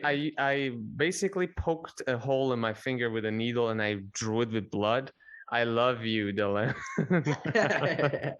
No, but I just I wrote a note and I was like, hey man, you're a comedy inspiration to me, because he really is. Like, if you can't have that kind, he has a performance that's a non-performance that you're like, you think he's just talking. Like, all the comedians have that, but when he's doing it, it's just different rhythm to it. Yeah. That says like, I cannot repeat the same joke he says the way, because half of the funny is the way he delivers it. And I wrote to him, I was like, I love your work, and I love your. He has a movie called Actors with Michael Caine. I really recommend you to watch. It is one of the best comedies I've seen ever. It didn't get much traction, but it was really funny. It was like two theater actors trying to do a robbery, and I gave it to the guard there. I messaged the LOLKL. I said, like, I want to pass something off to him. Like, how can I do it? They said, like, look for Alexa, whoever the girl name was. And I went there, and I was with my girlfriend, and I just gave it to her, and she passed it. On the second part of the show, when he came on the stage, he was holding the chocolate and just like stumbling, and he came and he couldn't read my name, so he said like, I got this box of chocolates, and he had ate like 2/3 of it, and nice. And he was like, I got this box of chocolate from a fan, and he couldn't read my name. It's Andreas. Thank you for the chocolate. Andreas, come and get it. I promise I won't. Come and get the rest of it. I promise I won't make fun of you. And a white guy jumped up and grabbed the chocolate and sat. What a bitch! What a fucking cunt that motherfucker was. Well, actually, a very interesting opportunist, because it gave me a huge lesson. That guy was like sitting 5 rows ahead in the middle of people. He got up, went across few people, ran to the chocolate, grabbed it, went back, and went through. So he wasn't like sitting in the very front to be able to reach. That guy put some hustle in it. Well, what if actually he actually did give him chocolate, and his name's Andreas. So there's 2 chocolates, and he just saw Andreas's first. And this is an inception, dude. This is an inception. Yeah. Nah, it was only the one that it was one of these you know, the one that looks like seashells.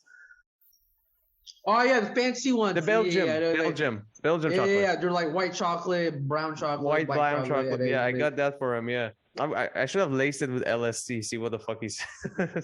your jizz, yeah. Yeah, laced it with my jizz. I love you. Yeah. I love you. Please be on my you find my pubes on it, like my curly Middle Eastern pubes. Fuck. What the fuck, dude? So yeah, it was quite fun to see. By the way, you did got sick recently, so tell me about that. Oh, so much. Dude, as soon as lockdown happened, I got sick for 2 weeks.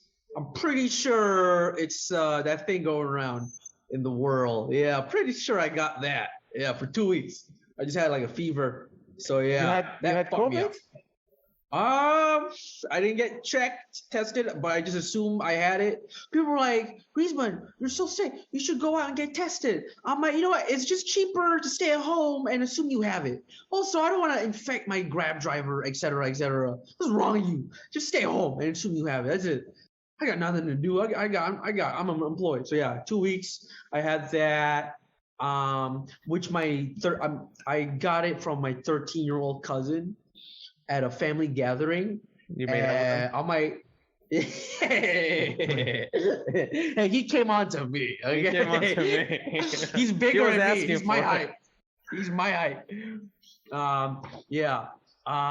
Dude, it was just me and him who was sick for 2 weeks. So I'm like, dude, I have an 80-year-old great aunt who had cerebral palsy and has a limp and has fucked up. She's just fucked up. And Shit. she didn't get sick. So I'm like, it's just me and my 13-year-old cousin who are little bitches who have like horrible immune systems. I'm like so mad. Yeah, dude. Fuck, dude. Everyone was fine. It's Dude. so embarrassing. My 80-year-old fucking great aunt. So yeah, and then the next 2 weeks, which is now still happening, I don't know. Something happened. I just kept getting pains in my like kidney area. I'm like, oh, okay, kidney stones. My mom has it. My dad has it. It's a family passage to get kidney stones. It's like, you know, Great it's gene. like kidney stones and divorce. The two things in my family tree that everyone's gonna get. You know, and then I'm like, oh, yeah, kidney stones, drink a lot of water. I drink water, and then a week later it comes back, but worse. I'm like, I think it's the smoking, and I quit smoking, which I fail, as you see right now. I'm smoking the whole time on the podcast. So I'm like, quit smoking. Okay. The smoking a few days later, that did it. I have no pain. I'm fine. And then I wake up one day. I'm in so much pain. I call my dad. I'm crying a little. I'm like, Dad, this is a 9 out of 10 in pain. Please take me in hospital. I start puking. I'm like, dude, I think I have kidney stone or appendicitis. I don't know what the fuck's going on. You know, I just wait for my dad to pay me up to go to hospital, emergency ward at like 2 a.m. There's like nobody. There's nobody. Yeah, amazingly. Yeah. I go in there and then they made me pee in a cup. They made me, and then, you know, they put me in the waiting area, the curtains, and then they come back. They're like, okay, it's not a kidney stone. Your pee's fine. And then they did an x-ray on my stomach. And then they're just like, oh, you just have a lot of poop in you. I'm like, what? No, I've been pooping every day for like I don't know what the doctor's like, you have a lot of poop. Look at your x-ray. That's all poop. I'm like, I don't know. Maybe it's because, you know, I quit smoking. I'm eating a lot. So, you know, I'm stress eating. Did the doctor treat you right? That's the thing. This fucker, which I did not get along. As soon as I met him, you know, me and him just did not get along, dude. Yeah, me and him kind of butted heads a lot. We're the same age. And I think age? I feel, yeah, he's like 24, Malay. You know, he hates that I'm speaking English. He's Malay, so he tries to force the conversation to Malay, you know. And then he gave me a look. Maybe it's just me projecting, but he gives me a look like he's resenting me, that I'm just doing nothing, that I'm so free at 2 a.m. I can do this shit while he's doing the night shift trying to pay off his student loans, which, by the way, doctors do not make money till they're in their 50s. Yeah, up till their 50s, they just have to pay off their student loans. It's a nightmare for doctors. So yeah, this guy's having a shit, and he's probably a shit doctor because he gets night shift. Night shift doctors all shit. But me and him don't get along. He just wants to get rid of me as soon as possible. So he just diagnoses me with the first thing, which is, you have a lot of shit. I'm like, hey, how about appendicitis or anything with maybe diverticulitis? I've been eating a lot of meat because, you know, all the stores close at 8. So I have a hard time going to any stores with fresh fruits and vegetables. Because I wake up late. So I just eat meat all the time. Maybe it's diverticulitis, you know, where you just eat a lot of meat and it fucks up your intestines. And he's like, nah, it's not. Trust me, I'm the doctor. He said that to me in Malay. Nah, I got this. Oh, okay. Yeah. So now he sent me home with I told you these pills, which is basically an abortion pill for my asshole. Holy shit, dude! These pills don't fuck around, dude. These pills are like Israeli airstrike on a Palestinian school. Just everything evacuates, bro. It fucking clears everything, bro. It is insane. And then he sent me home. So he gives me the pills first, and then he was gonna send me home, man. And he stops himself. He's like, "Oh, and you know what? I'm gonna hook you up with something. Be right back." He comes back with an enema, with a smile on his face. Nah, here you go. Here's an enema. Maybe he's trying it out. All right, tell me how it feels. I know if people know what enema is, like a bottle of water that you just stick up your ass. There's lube in it and shit, and then you stick it in your ass. You pump all the water inside of you. You feel like a balloon animal getting filled at a carnival. Yeah. On the box, it has instructions on how you want to take it. You know, it ain't like prison. You can choose how you want to take. You can take it on your side. You know, like a chiropractor trying to feel up your feng shui or something, you know, like that. Yeah. Or you can do it doggy. They didn't even say doggy. They tried so hard not to say doggy. Whoever was writing the copy was like, I'm not gonna say that one. Which one did you choose? I did both because I'm a slut. It said do only once every 24 hours. I found out why. You emptied the whole thing in your asshole? So I go home. I'm like, okay, I gotta do an enema. My dad dropped me. Okay, you're like I'm sorry to say, but you're like a thin young Joey Diaz, but with the same amount of like abuse Joey Diaz has taken. By the way, my dad, dude, by the way, my relationship, my dad changed a bit the last few weeks. I don't know if I was on the newspaper. Apparently it's a boomers and it's a big deal. I did see your article. Yeah, congrats. Apparently. So he read that thank you. He read that at work and he sent me the only nice thing he's ever said to me. We've been fighting for months because I got cats and he wants to murder them. He hates cats. My dad fucking despises animals. Got from his grandma. Mom. What's up? No, he's threatened to kill my cats. You know, he's like, if I ever am alone in a room with your cat, I'm gonna break its fucking neck. All right, because he's allergic to cats, and my dad doesn't like feeling weak. So whenever he's near cats or dogs, he starts sneezing uncontrollably. He starts crying. Right. You know, so he hates how animals make him, you know, feel weak. Well, yeah, so that's why he hates me having cats. And I had to cuck him. I'm like, Dad, what you gotta do? All I have to do is wear a shirt with cat fur on, hug you. It's over. It's out. Your allergies kick in. You're crying. The fight is over. It's like the worst fight ever. I want to hug you with like my cat fur infested shirt. Your wife has to give you your like fucking inhaler. You know, your third wife has to give you an inhaler. No one looks badass when they're using an inhaler. The fight is over, bro. The fight is over. So I said that to him, and he stopped talking to me for a while. I had to call him. I'm like, Dad, I know we've been fighting, but I need you to pick me up. Because the one upstairs wants me to die. You didn't say, what was the nicest thing he ever said to you? He just said, hey, good job. Proud of you. That's it. Yeah, that's it. I got proof. Yeah. I prefer the voice note, but whatever. You gotta take a. You gotta take what you can, man. Yeah.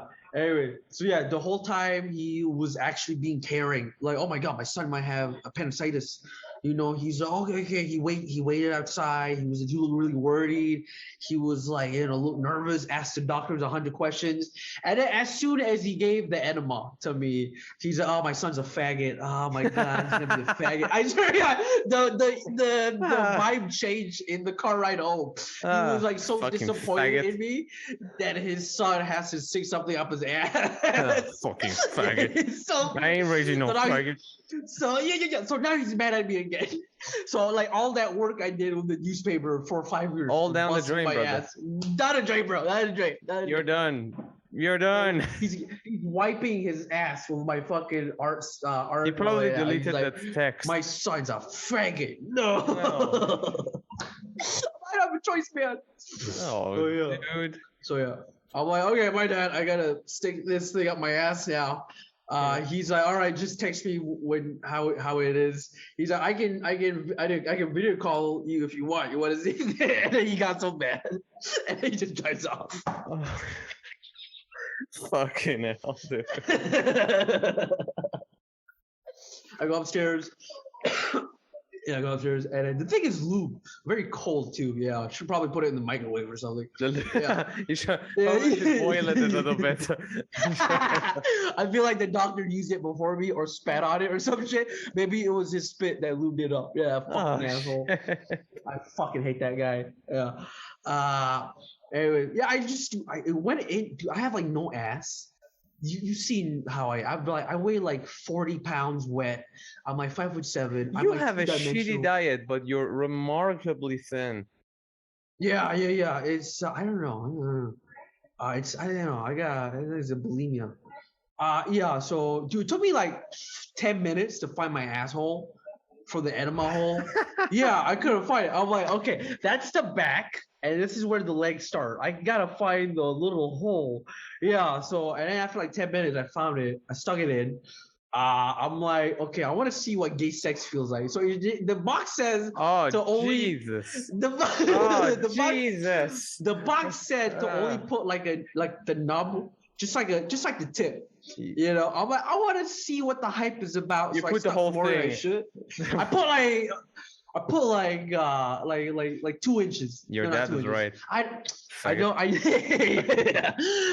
know math because I don't know math. I know I put like half of your index finger in, and I almost cried. And then I'm like, okay, I'm definitely straight. I don't like that feeling. Wait, so your way of finding out that if you're gay or straight was to shove an inch of enema into your asshole to see if you like it or not? Yeah, like an inch and a half. Is that how the logic worked out in your head? Maybe I just don't like small penises. You know, maybe I just maybe you're a size king. You're the first size king, and I only heard of size queens, brother, but you're the fucking like fuck. Only Africans. Reminds me of a girl I saw on Tinder. It was this Russian bodybuilder girl in KL. He said, "If you're not 9 inches plus, don't bother." She wrote that on the thing. If you're not 9, that was the only thing she wrote. She said, if you're not 9 inches plus, do not bother. I was like, holy. She's in Malaysia. Yeah, in Malaysia. Yeah, Tinder in Malaysia. Yeah, I saw that like maybe 2 years ago. Yeah. I don't know what she's trying to. I don't know. Those Russians, man. You cannot really fuck with them. You know. That's. You know, they say it's like it takes a Russian to take on a Russian. That's it. It's like diamond, like only one diamond can cut another diamond. It's like only a Russian knows how to like exactly. There's like fucking only 9 inches plus. If fucking she's probably fucking a fucking build like Empire State Building. Dude, was she so used to fucking? And she was yoked, bears? by the way. She wasn't like Bane. I think she was like fucking Russian bears in the woods of Russia or something. Most probably, Russians are descendants of bears. Yeah. Oh man! Yeah. But like, by the way, what? This is a weird. I don't know how to bring this up without sounding like I'm humble bragging, but I found out my penis is not small. So I grew up. Wow. So I don't. Okay, hey guys, listen. sorry. Hey guys, sorry to bother you. Listen. I don't know how to bring this up, but I just realized I don't have a small penis. Listen. It's not a 9 incher. It's not a 9 incher. But you know, it's not. So listen, growing up, all right, you're Asian. This, by the way, I get a lot. How many inches? Dude, I get a lot of shit from Malay people, like, oh, you're fucking privileged, and dude, I grew up in the Middle East where every day it was small Asian penis jokes. All right, from the gym teacher, from the girls that I liked, who would like make fun of me for giving them love letters and writing them poems. Sorry, you have a small penis. All this. So I grew up thinking, okay, I have a small penis. I have a small penis, and I'm also bad at math, so I never bothered. At what point to check did you realize it's not small? Like 2 months ago. Are you fucking kidding me? No, I'm not. Okay. So What is your ratio? What is your size? That I've it's never like, you. By the way, it's like- I'm letting you know this. I've never asked how big another man's penis is until I'm this telling moment. So this you is a very this- special moment for me too, Rizman. I want to telling know you this how large not is your because I'm telling you this not because I think you would find it interesting how Asian, or you don't give a fuck, how Asian guys have to grow up with this fucking stigma. Oh, And that is actually interesting. Yeah, so I grew up just short dick joke, and the friends I would hang out with were massive Masri Egyptian fucking MMA fighters who would whip out their dicks, and they were 9 inches. They were 9 inches. I hung out with barbarians. They're Egyptians. Dude, Egyptians are known for that. Dude, I was like 5'3". They were all like 6'4" and 6'3". They would always whip out their dicks and jerk off in front of me. We would watch porn together. I would just keep my pants on. Wow. Dude, they'll whip their dicks out. Dude, their dicks were like 12 I've seen 12 inches wide. I've seen we were 12 inches wide. Dude, we were like 15, and I'm just like, I definitely have a small penis because my dick is not that. So I grew up more. I grew up like a self-loathing incel. Like, I'm gay, I'm tiny, I'm Asian, I'm ugly. Just all the self-hatred. All the self-hatred. I just hate everything. I just hate everything, and I just feel it in comedy. And then the white bitch I dated, right? The white bitch I dated, one of her friends asked me how big my dick was because you're talking about Asian penises in front of me. I was next to her, and this asshole was like, "Hey, how big is Rizman's dick?" And then my girlfriend did this, like this big, right? And then the girl who asked started giggling. She's like, "Ha ha ha ha ha ha." But you didn't understand what he was. Guess what? She never had sex. She lied. I found out this through I stalked this girl every day. I found out that she never had sex. She lied that she was a slut because she wanted to fit in with the other sluts. So she was she was afraid of sex. She never watched porn. She doesn't know what a dick is. So regardless of the answer, she would have said I had a small penis. So that really fucked me up as a kid. That fucked me up more than my friends sticking their big dicks in my mouth. Wow. I'm kidding. I was like, are you turning into Bob Kelly right now? That girl fucked me. I think about this bitch every I know day. I know how it feels like. It's like that one person who said something that is like has become your state of existence. You still think about that. It turns out it was based on a fucking dude. I wrapped my whole personality. By the way, ladies and gentlemen, Rizman pointed to the palm of his hand up until the tip of his middle finger. I have small hands. Brother, I have a deformity. No, you don't have small hands. Your fingers are bigger than mine, motherfucker. Yeah, because you're inbred. So I would assume Rizman is dealing within 7 inches. It's not. It's barely. It's like 17 centimeters. 17 centimeters. If you know the math. You're working centimeters. I was with an architect girl, and she. I have a ruler here, and Go ahead. It's like. Dude. So she kept dating dudes with small dicks. Oh, by the way, and my mom as a kid would always. Dude, my mom would always pants me and my cousins at like a family gathering, and she would always say we all had small dicks because we were like 7. What the fuck is wrong with your mom? My mom is a savage woman. She would go around the house yelling all the uncles' dick sizes. And here's how she didn't get beat up. My mom is the funniest person in Malaysia, so she got away with saying fucked up things. My mom would always heckle small penis. My mom would always tell me that my dad has a small penis, etc., etc. My mom jokes around a lot. You don't know if she's lying or telling the truth. That's the problem. That's bad. So growing up, I would wear boxers in the house, and my mom was like, "Hey, can you stop? Can you cross your legs? Who are you showing that big dick for?" So I thought she was being sarcastic. Yeah. Again, I thought my mom was just making fun of me, and I resented her for making fun of my penis. You're packing 7.5 inches at least, which is good. So it's fantastic. You can get a job in Japan. They're lacking male performers. Dude, so I was with an architect and she had a ruler and she's like, by the way, most of the girls I dated, she's like, your shit is really surprising. Again, I thought they were being sarcastic. I'm like, surprisingly small. Fuck you. Yeah, your brain was like switched on that thing that you couldn't take it. And then we would argue. There were 3 girls I broke up with because I'm like, can you stop making fun of my date? I cannot handle this. This is really fucking. While they were very serious, you were taking it as a completely, you're fucking with me. Yes. Yeah. So people stop fucking saying Asians got small dicks, dude. I almost killed myself like 3 times. Yeah. Shit. Dude, I'm not kidding, dude. I would have killed. And then the architect girl, with a sincere face, she's like, "No, I'm serious." I'm like, "Maybe you fuck dudes with like 1 inch." She's like, "No." And then she got out a ruler, and then she properly measured it for me. And she's like, and then she Googled it in inches. I'm like, "Oh shit." This was 2 months ago. This was like a few months ago. Yeah. Wow! Congratulations. Now there you go. You healed a wound that is so deep that is just. Oh, well, all the other wounds are still there. I'm still ugly. I'm still fucking tiny. You're not ugly, yeah. motherfucker. You're not ugly. You're very thin, which is just more like a health concern. But you're a good-looking dude. Thank you. I'm not blowing smoke up your ass. Yeah. If I was gay, I would have fucked you. Smoke on my ass. If I was gay, I would have fucked you. How about that? It's like that's my way of trying to heal your thing regarding your looks. If I was gay, I would have totally fucked Rizman.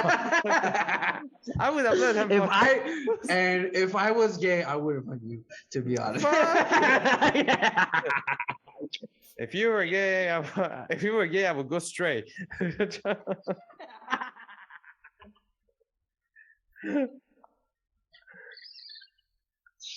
Yeah, that's why I thought you would find it. I thought you would find it very interesting. How I almost killed myself like 3 times, dude. I drank like. Wait, you weren't joking about trying to kill yourself. Yeah, no. I drank like half a cup of bleach at one point, and I stopped because I'm like, you know what? I'm just gonna work on being a good dude. When did it occur to you that you have like? It never occurred to you when a girl is having like 20 orgasms with you, and you're like, wait, goddamn, I have a big dick. Again, I'm working with the hardware is the hardware, but I'm working on self-loathing, insecure software. So I'm thinking that these girls are faking their orgasms. Yeah. Because I've had my childhood serial killers have that. Serial killers have that thought. They end up killing the girl. You see that? That's actually very fucking thing. Like a serial killers were like talking. I forgot. BTK killer. Shit. BTK killer was blind blind torture and kill. Yeah, but it was like that guy was also like, oh, she's probably faking it with me. She probably doesn't even like it, and all that, and like that. Yeah, that's a kind of. I would have been Dennis Rader. Dennis Rader. Yeah. So that's the thing. I look like him. That's the thing, dude. I hate that I look like those guys. I hate that I look like a. You don't look like them, dude. You look good. You're a good-looking dude, but the mentality is like BTK look like a normal dude. BTK legitimately look like a normal looking fella who would like be a mechanic or something, or Bob who's like working the next cubicle. Oh man, nah, he looks like this. He looks like Republicans. He looks like a Republican. There you go. He looks like he would Texan, or like from someone from Texas. Jesus Christ! I just watched a murder picture. He looks like Dr. Phil's less successful brother. Oh, he used to wear a clown mask? That's fucked up. Okay, never mind. Yeah, that dude was fucked up. But that's a kind of a thing that they go like, oh, I'm probably not good. She doesn't like it. That I'm inadequate. And all because of that one moment that like somebody made some sort of a joke about something and you couldn't fucking tell what it was. And like that guy, it's the numbers are against us. Yeah, numbers are against us. Asians and yeah. And anyways, so now I have this new information. Now I feel not as self-loathing. So now when I hang out with people, they're weirded out by why are you so confident and happy?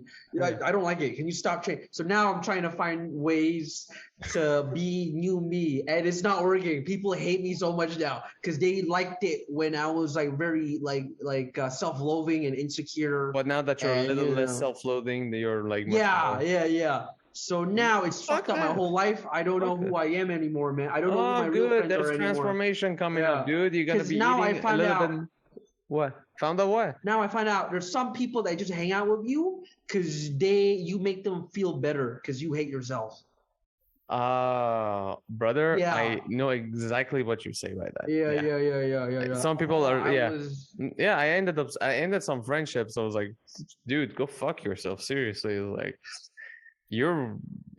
I know. Mhm. I know the feeling. Yeah. So you've reached that point in your relationship with people to be like, hey, have you cut people off? Yeah, immediately. The girl who told me my penis, I thought she was lying. Yeah. You cut her off or you killed her? No, we broke. Yeah. That bitch had to die. She knew too much. No, I don't like cutting people off. I feel like cutting people off is still not the final. I always try to exist with another person somehow. Yeah. Peacefully. You just I try don't to wanna stay be less. Yeah. Have less interaction. Yeah. Oh man. I wish my I life could would have been very different. I wish I could That have that, would've been but for me, very it's like either you're in it or you're fucking out. Yeah. Which is wrong. I always. Well, but yeah. It's like we need to. If only someone could like perfect like a balance between our ways. Yeah, I don't like to kill off. Yeah, really. Yeah, I try to work on it. You know. Yeah, but No one, dude. don't think it's a bad like- thing. Don't ever think it's a bad thing that you're a little bit more confident or anything like that. It's like you and your massive cock. Like whenever somebody gives you shit, just take it, use it as a baton. Oh, but mine's a grower. Yeah, mine's a grower though. Yeah, mine's a grower. Yeah, it's so small by itself. It's like it's so small. It's amazing to watch it inflate. It's like it's wild. Also, in terms of girth, it's a normal girth. Yeah, girth is normal. Yeah. Okay, good. But still, 7 inches. So That's back- 7.5 in Asia, brother. If you were born at So- least 400 years ago, you would have been worshipped as a god. The god of fertility, Rizman. I would have been probably Genghis Khan. I would have probably raped and pillaged everything around me. Yeah, Horses, that guys, everything. No, nothing was safe. That dude, Rocks that look like vaginas. I don't know how many years he ruled, but like that dude had made a girl pregnant every day of his life. Like his jizz was of like fucking Mongolian jizz. penetrated the egg. Ready or not, it was just like fucking that jizz. Even his sperms on That was an horseback. art. You know, Mongolians were known for being great at archery. So that jizz was like an archer jizz who would fucking shoot and hit the mark 10 out of 10. The fact that like Classic, 90% of Asia, 70% of Asia are like descendants of Genghis Khan. Like, fuck. Oh yeah. Dude is, and he never stopped, which goes to show the sexual drive of a man. Yeah. It does show Never- the it sexual was- drive nothing was enough. of a man who, like, okay, one, he was born like. I Okay, want to do like a rom-com, uh-huh. like Genghis Khan. He feels empty from all the girls that he rapes and pillages, and he finally finds the one, and it's just Yeah. like a rom-com. I don't know, man. Well, that would be funny. That would actually be funny, but I don't know. I don't know what drove that guy. It's a funny fucking thing. It's that guy. When he started, he never stopped. He just kept going, kept fucking, and forgot. Like there was a book I was reading about the fucking Mongolians used to when they were riding on their horseback.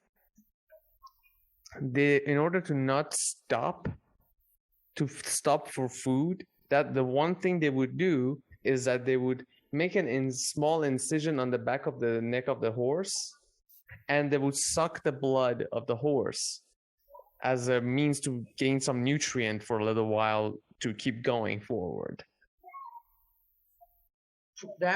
Dude, horse blood probably have Viagra in them or something. Horse blood, Right? like, I mean, for God's sake, people take the horse testosterone, horse piss, and like even they extract testosterone from horse piss. Some of these bodybuilders like used Oh to. yeah, dude, horse is horse like the piss. healthiest meat. And like they use the fucking horse jizz by itself is known for like being used for steroids. So By the way, you know how in Probably. Malaysia, a couple like last year, there was that scandal. Turns out the meat cartel people were faking the meats, and we were actually eating horse meat this whole time.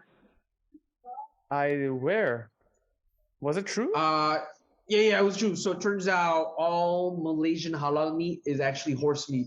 There's a lot of bribery and corruption It's in our still meat it's still industry. halal from on the imported No, just locally made horse meat. So yeah. So they would just like change the They would just do a switcheroo. Yeah. So they would get the beef meat and then they would swap it with horse meat, counterfeit it, and then put the packaging. Basically, Where would they buy it I don't from? really Like imported from They which would just- country? They're probably imported from Mongolia or something, bro. There's a lot of Yeah, horses fuck. there. No, it's right. I don't mind it. So I don't we mind can- horse meat. I've never tried horse meat, but I don't mind it. bro. Everyone was And it's- freaking out like, "Oh my god, we're eating." By the way, horse is healthier horse than meat is beef. halal. Nobody said horse meat is non-halal.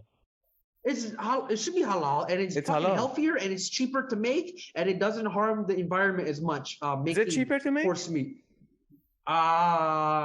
That's an entire horse. From this for. And There there's is a- more meat, exactly. There's a what's it called? There's a Russian restaurant here in KL. It's in Seri Petaling's. It's a Russian restaurant. I want to go there because they serve horse steak. I think I heard they serve horse steak, so I want to go and have a bit of a Fucking savage. some Fucking unicorn. savage. Have some unicorn. So I want to go there, but the fucking lockdown again. Shit. Sorry, dude. Now you just gotta eat regular beef like a fucking loser Yeah. Fucking anyway. tough life. for this. Yeah, we were talking about your dick. I don't want to think I'm humble, but I just thought it would be interesting for you. It is see interesting how because much I I didn't- hated myself as a kid. I fucking hated myself. As You're a kid. mentioning this from coming from a foreign, like you were basically raised in a foreign country, so you had Yeah. that perspective from an outsider there, Yeah. and as an Yeah. alien basically there, because that's how sometimes you might feel, because it's like everybody. Yeah, I got already- called alien and monkey all the time in school. I got called that. I got called that here in Malaysia. I was like, oh fuck, that doesn't feel good. Oh shit, dude! Yeah. It's just bullying is just everywhere, dude. I got bullied here. I go there. I get Yeah, bullied. Maybe so it's it- me. Maybe it's us already. But Maybe now that you mention is like, so I wonder like how would that make people feel in Malaysia? Like I really would want to know like how would that feel like for people who are like the media is like portraying it as such, which is true. Like there are some degrees of truth to it is for like Asians are having smaller penises, but Yeah. for you, the individual self-esteem, I wonder how that would manifest. Oh, I shouldn't be here, man. I should have like killed myself after like downing Xanax and bleach. Yeah, I should kill myself. Trying to already lang myself. Already lang yourself, shit. Stab myself 3 times, 13 times. Yeah. But fuck. Well, glad you got out of it. Now you know that you got a huge hug, and Yeah. Now I don't know who I am anymore. Yeah. no, good. Now you get to rediscover. Maybe you should take some LSD and go on another journey. Fuck. But for real though, my friend's dicks were huge. Dude, my Egyptians Egyptian are friend, known for that. I've seen. Dude, I've his not balls- necessarily have friends that were Egyptians here. I've met Egyptians here, and you could tell by the stature that they had. I was like, you probably have a thick and large cock, don't you? dude, Because look, his they got the ball- Arabs from the right, okay? The Arabs from the right, and the African from the bottom, okay? Oh yeah, And yeah. possibly some French from the top, some French Egypt and was Greek, just some French and French Greek for from the top. color, Yeah. color, you know, the little pink. A little bit of je ne sais quoi. Je ne sais quoi. Little bit of an umaminess to the cock, but so they have the Greek and they used like okay. Here the list of races there. There's the first there were Egyptians. That's enough by itself. Then they got the Africans, the Arabs, the Romans, who I mean for God's sake, Caesar fucked Cleopatra, and then for a very long time. Oh, Ottoman Empire, I assume. Yeah. So we had the Some Turks as well. Chemical X. It's like making Powerpuff Girls, baby. So yeah, some Powerpuff Dicks. Powerpuff Dicks. Fucking their dicks look like pyramids. Fucking. They're fucking. That's what happened here. That's what happened. You got these like conquering genes. They all wanted that land. That like they fuck like this. All of them. No, that's not that like they fucked like that. They got fucked so much that they ended up looking like that. That's after sex. The Rizman is referring to the Rizman is fuck like the Egyptian dance. The Egyptian dance. Yeah, it's just a common line of dicks. And just yeah. Dude, so Egypt was like a science experiment. Egypt was a science experiment gone horribly wrong. Got horribly wrong or horribly right. My Egyptian buddy was like Ahmad Ahmad, who was in Malaysia. Like you could tell that guy has a huge cock. He was his own case though. My buddy's balls went below his knees. Now that I 14. Didn't. Wait. Are you talking about Ahmed Ahmed? No. No. Shit. My buddy. I was like, wait, did you see that? I didn't want to open for him that bad. You know what I'm saying? Oh fuck. Yeah, I know. Dude, his balls dangled to his knees. He had like fucking. Yeah, that's the Middle Eastern for you. Our balls are his fucking. Balls. That's what the heat does. Like a coin pouch. That's what the heat does. Really. That's what the heat does, man. That's what the heat does. Tie it. You have to tie it up. How else are you gonna make it through the desert? So we use it to cover our noses and mouths as a face. That was the original face mask, our ball sack. Dude, he was also immune to tear gas because he grew up in Egypt where I don't know. He was immune to tear gas. Yeah. He grew up in Egypt during the revolution. So when Bahrain had revolution, he would and there was tear gas in our neighborhood. We're neighbors.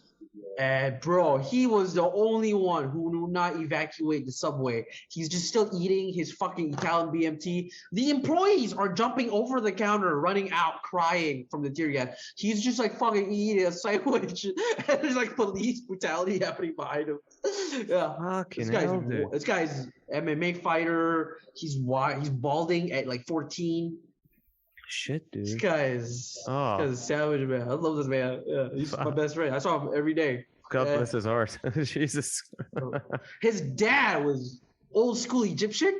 He told me how he got circumcised. His dad is like 65 now. So when he was like Muslim? 20 years old in the 1800s, he's like black Egyptian. He's really dark. Yeah. He's like bald. Yeah, he's got a thobe everywhere. Dude, he told me he got circumcised by the barber. Like they strapped him to the barber chair in the 1800s or some shit, and then just cut it off with a razor. How old was the dad? He was like peeling like a potato.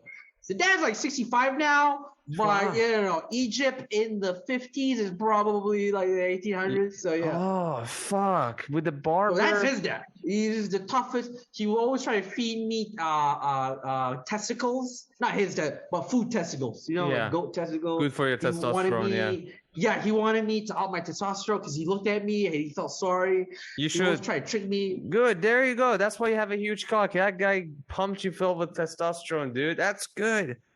He would encourage his son, surprise fucking me from the back. You know how Arab guys are. We always like power punch fuck him in the ass and make him rumble. And then we stick the two fingers up and say something. Oh, dude. What was the word we say? That is such a Middle Eastern thing. What do we say? In Iran we say fingering. We say like finger him, but I don't know what they say in the Arab. So it's the Arab word. You say us.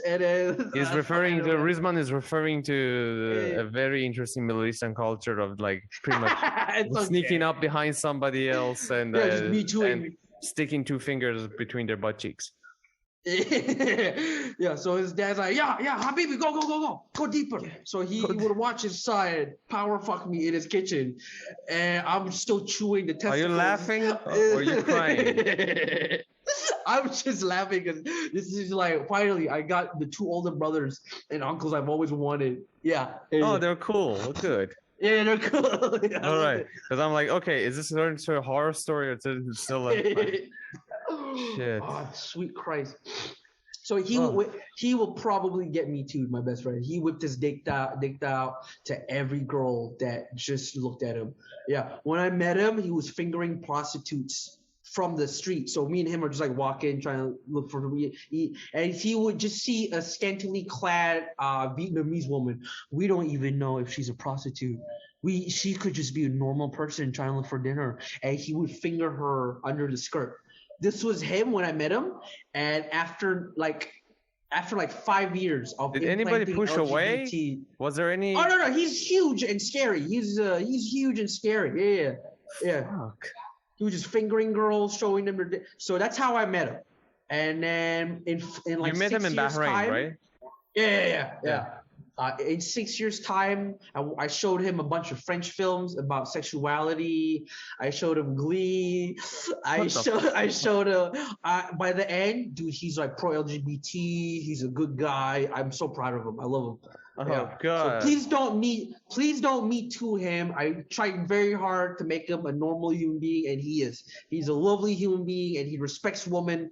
Oh fuck! He took a women's social studies class, unironically. Yeah, he's a great man. What kind of childhood he had, dude? He just grew up with other Arabs. He grew up, well, basically in Iran. We say he's an Arab. That's it. As racist as that sounds, but the thing is, like, people like Westerners, white people, because they're all like surrounded by white, they think like this is racism. No, in Middle East, everybody fucking hate each other.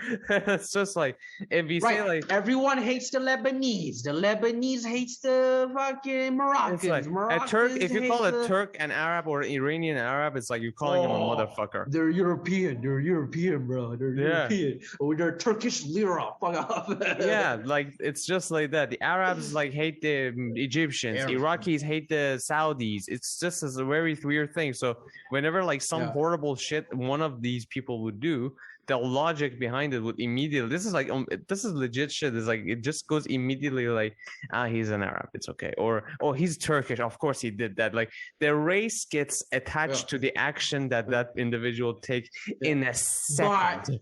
But we all agree, we can all agree, fuck the Lebanese, fuck them. I have nothing against the Lebanese. Really? You've never met a douchebag Lebanese? Dude, those were the guys who dressed up like Dane Cook, wife beater. They're fucking naturally shredded. They were wearing like a cross. I had a huge crush on a Lebanese girl. Oh no, Lebanese girls are beautiful. We just hate the fucking men because they're just hugging all the Lebanese. Well, I never got to see the men. Oh my god. Fuck yeah. You Lebanese women are beautiful, but the plastic surgery is like very well taken care of. Excessive plastic surgery. Well, that one I don't know about, but yeah. Well, Lebanon is pretty much fucked now. I'm pretty sad. I always wanted to see Lebanon. What's it called? The fucking explosion in Beirut. I was like, oh shit. Oh yeah, I forgot about that. Oh, the atomic bomb. Oh, fucking almost like I was like, that's the closest I think I'll get into my lifetime to see an atomic bomb going off. That was literally how it looked like. Sorry, Lebanese. Sorry, Lebanese. I love your country and I hope to see it someday. Even though right now everything over there is a shit show. Everywhere is a shit show now. I hope everything clears up and we can all just have some hummus, have some baba ganoush, and chill the fuck out. About Lebanese women. And we talk about the Jews. We all sit around and discuss what we should do about the Jews. The shisha hookah. One of the beautiful things about Middle East, say whatever the fuck you like about it and whatever the white people try to paint about it, the Jews and the Muslims and the Arabs all kind of do tend to get along with each other off the media. They're all like, you can be in a cafe with Jewish dude and a Turkish person dude and an Arab, a Lebanese dude is like sitting and chilling and like, yeah, it all sucks, right? Yeah, sucks. Fucking sucks. Never met a Jewish person when I was there. Yeah. Listen, brother, been talking to you for about 2.5 hours. Fine, I can talk to you about the Middle East forever, man. Oh yeah, I have want to all talk this to you more about useless this. Middle Eastern knowledge that it's just in my brain. It's just in my brain. Yeah. Let's do it. Yeah. Let's do it another But time as well. I usually ignore Middle Easterns here in Malaysia. Like sometimes they need Me help too. getting somewhere. I could easily help them because I know enough Arabic to lead them the Yeah. way. Me too, man. You know, I don't because the Middle Easterners who have money to come here are usually douchebags. The nice ones are at home. Yeah. I'll be honest with you, though, as sad as that make me sound, as sad as makes me feel about it, yeah, I also Yeah. like, try to avoid because it's like Yeah. they don't have a good reputation. It's like I just try to avoid Yeah, I don't meet because it's here. like I don't you meet try not here. to be Ugh. not try to be in the same like zone with them because like because especially like I'm a Middle Easterner, so it's like I'll be seen as one. I don't want to be seen as one, like to like that cause problem because a considerable lot of them caused some weird Yeah. issue one time or another. So that's Oh, another shit. subject for another Huh? podcast. You like wanted? Are you hated by all the Arab people in Malaysia? Not hated, but I just avoid. I avoid. You're like you're very chicken nuggety as one would call. First of all, thankfully, I don't. They say I do not look like an Arab You or don't look chickeny. no, I don't look Arab and I don't look Iranian. So I do look. They say like I look Spanish or Greek, which is good. But yeah, so but at the same time, I avoid any like contact with anybody of that region unless they're like cool. My best friend is from Syria. I met him here, and he's now Yeah, I in love Berlin. Syrians. He's made his life over there in Berlin. I love He Syrians. not even a refugee. He's just like working full time and everything. Very proud of him. But it's like, but even he and I were like, the first time we met each other, we're like, this guy, this guy. For him, I was like, I love that- Arabs that hate Arabs. for love him, Arabs. he looked at me. Hey, Iranians are not Arabs. Get that through your fucking head. Hey, I know. I'm so used to get that through your so used to fucking head. generalize. Even though I know. even though they did the scorched earth policy or scorched pussy policy when they came to Iran and they fucked everything, but it's like we still say we're Iranian. I do not say Persian, even though the name of the podcast is Persian, but. Yeah, the second he and I met each other, we were both kind of like sized each other up a little bit. I was like, I don't know. And then and then he turned out to be cool, and I was cool, and we kind of like united over our hatred for other Arabs and Middle Easterners. That's beautiful. That's beautiful. He looked at me. I remember like, we were supposed to design a game together. And I went to the place we were supposed to have a meeting with a bunch of other dudes, and he was, and I saw, and they said like another guy is a Syrian dude, and it's like he's from Dubai actually. They say he's from Dubai, and I went there and I saw someone who looks Middle Eastern. We are very easy to spot, and I looked at it and he was playing with cards, and I was like, oh, it can't be him. Maybe it's not him because nobody else was there. So I went and sat on the opposite side. And he looked up at me and like kind of smiled and like kind of nodded and said hello. And the thing for me is that when instantly the thought was like, motherfucker said hello to me. That's like the audacity to say hello. I won't say that to anybody else. Know your worth, Syrian. You know the fucking military. Yeah. And yeah. The 2 seconds later, I was like, wait a second, maybe it's him. And I went on and I said, hey, hello. It's like, are you such and such? And he's like, yeah. It's like, oh, we just started talking. And then like our jokes, like 2 minutes later, we were talking about necrophilia. And we just instantly like up each other's jokes. That's amazing. Yeah, and like my Chinese friend was like, "What if I yell? The typical joke that Malaysians can have. That's the only joke Malaysians have about Malaysians. Like, well, I'm just gonna yell terrorist. So hacky. So terrorist. Haggy. So fucking haggy. Fucking retard. I was like, yeah. What if I say you Chinese Jew? And then he's like, oh, I hate the Jews. It's just like, oh, I don't hate the Jews, but it was like people started joking about the Jews. Our dream was to have a Jewish friend, and we have a Jewish friend now, but he's also in Berlin, and we're hoping one day we can all get together. So a Syrian, a German. Yeah, no, a Syrian. We have a German friend. We have a Syrian, and we have a Jew, and we have an Iranian. So I want to have a joke of an Syrian, Iranian, a Jew, and a German walk into a bar. So I want to have that. It's gonna come.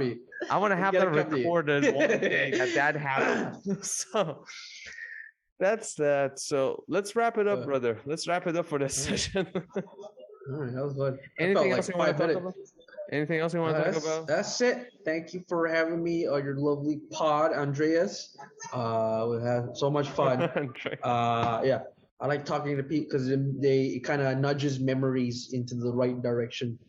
Yeah, okay, that happened. Thank you for agreeing to do this, man. Thank you for your comedy, and thank you for your large, massive dong. And I'd like to see the new Rizman with far more confidence and much more. Yeah, we'll find out. It's gonna come, baby. It's gonna come. And thank you for agreeing to do this, man. This was a blast for me, and I was wanting to talk to you about it. I have more in common with you than a Malaysian dude who lives next to me. I have more in common with you. I can't relate to fucking Asians anymore. Your country, your fucking continent fucked me up. It's not continent, but the region. God damn it! It's all right. Now you've been marked by the Middle East, so now you're gonna be talking a lot more. I hope you start your own podcast. That's for sure. I would hate myself too. Yeah, I can't. Do it. Yeah. Do it. Yeah, I think. All right. Hey, if you had issues with your ding dong and that's resolved, you might want to have figured out to have the confidence going on because you're an excellent storyteller. You're funny as fuck, and I think you should probably do this. Yeah, I got too much ADD, man. I could never. Yeah, you do have ADD. Like we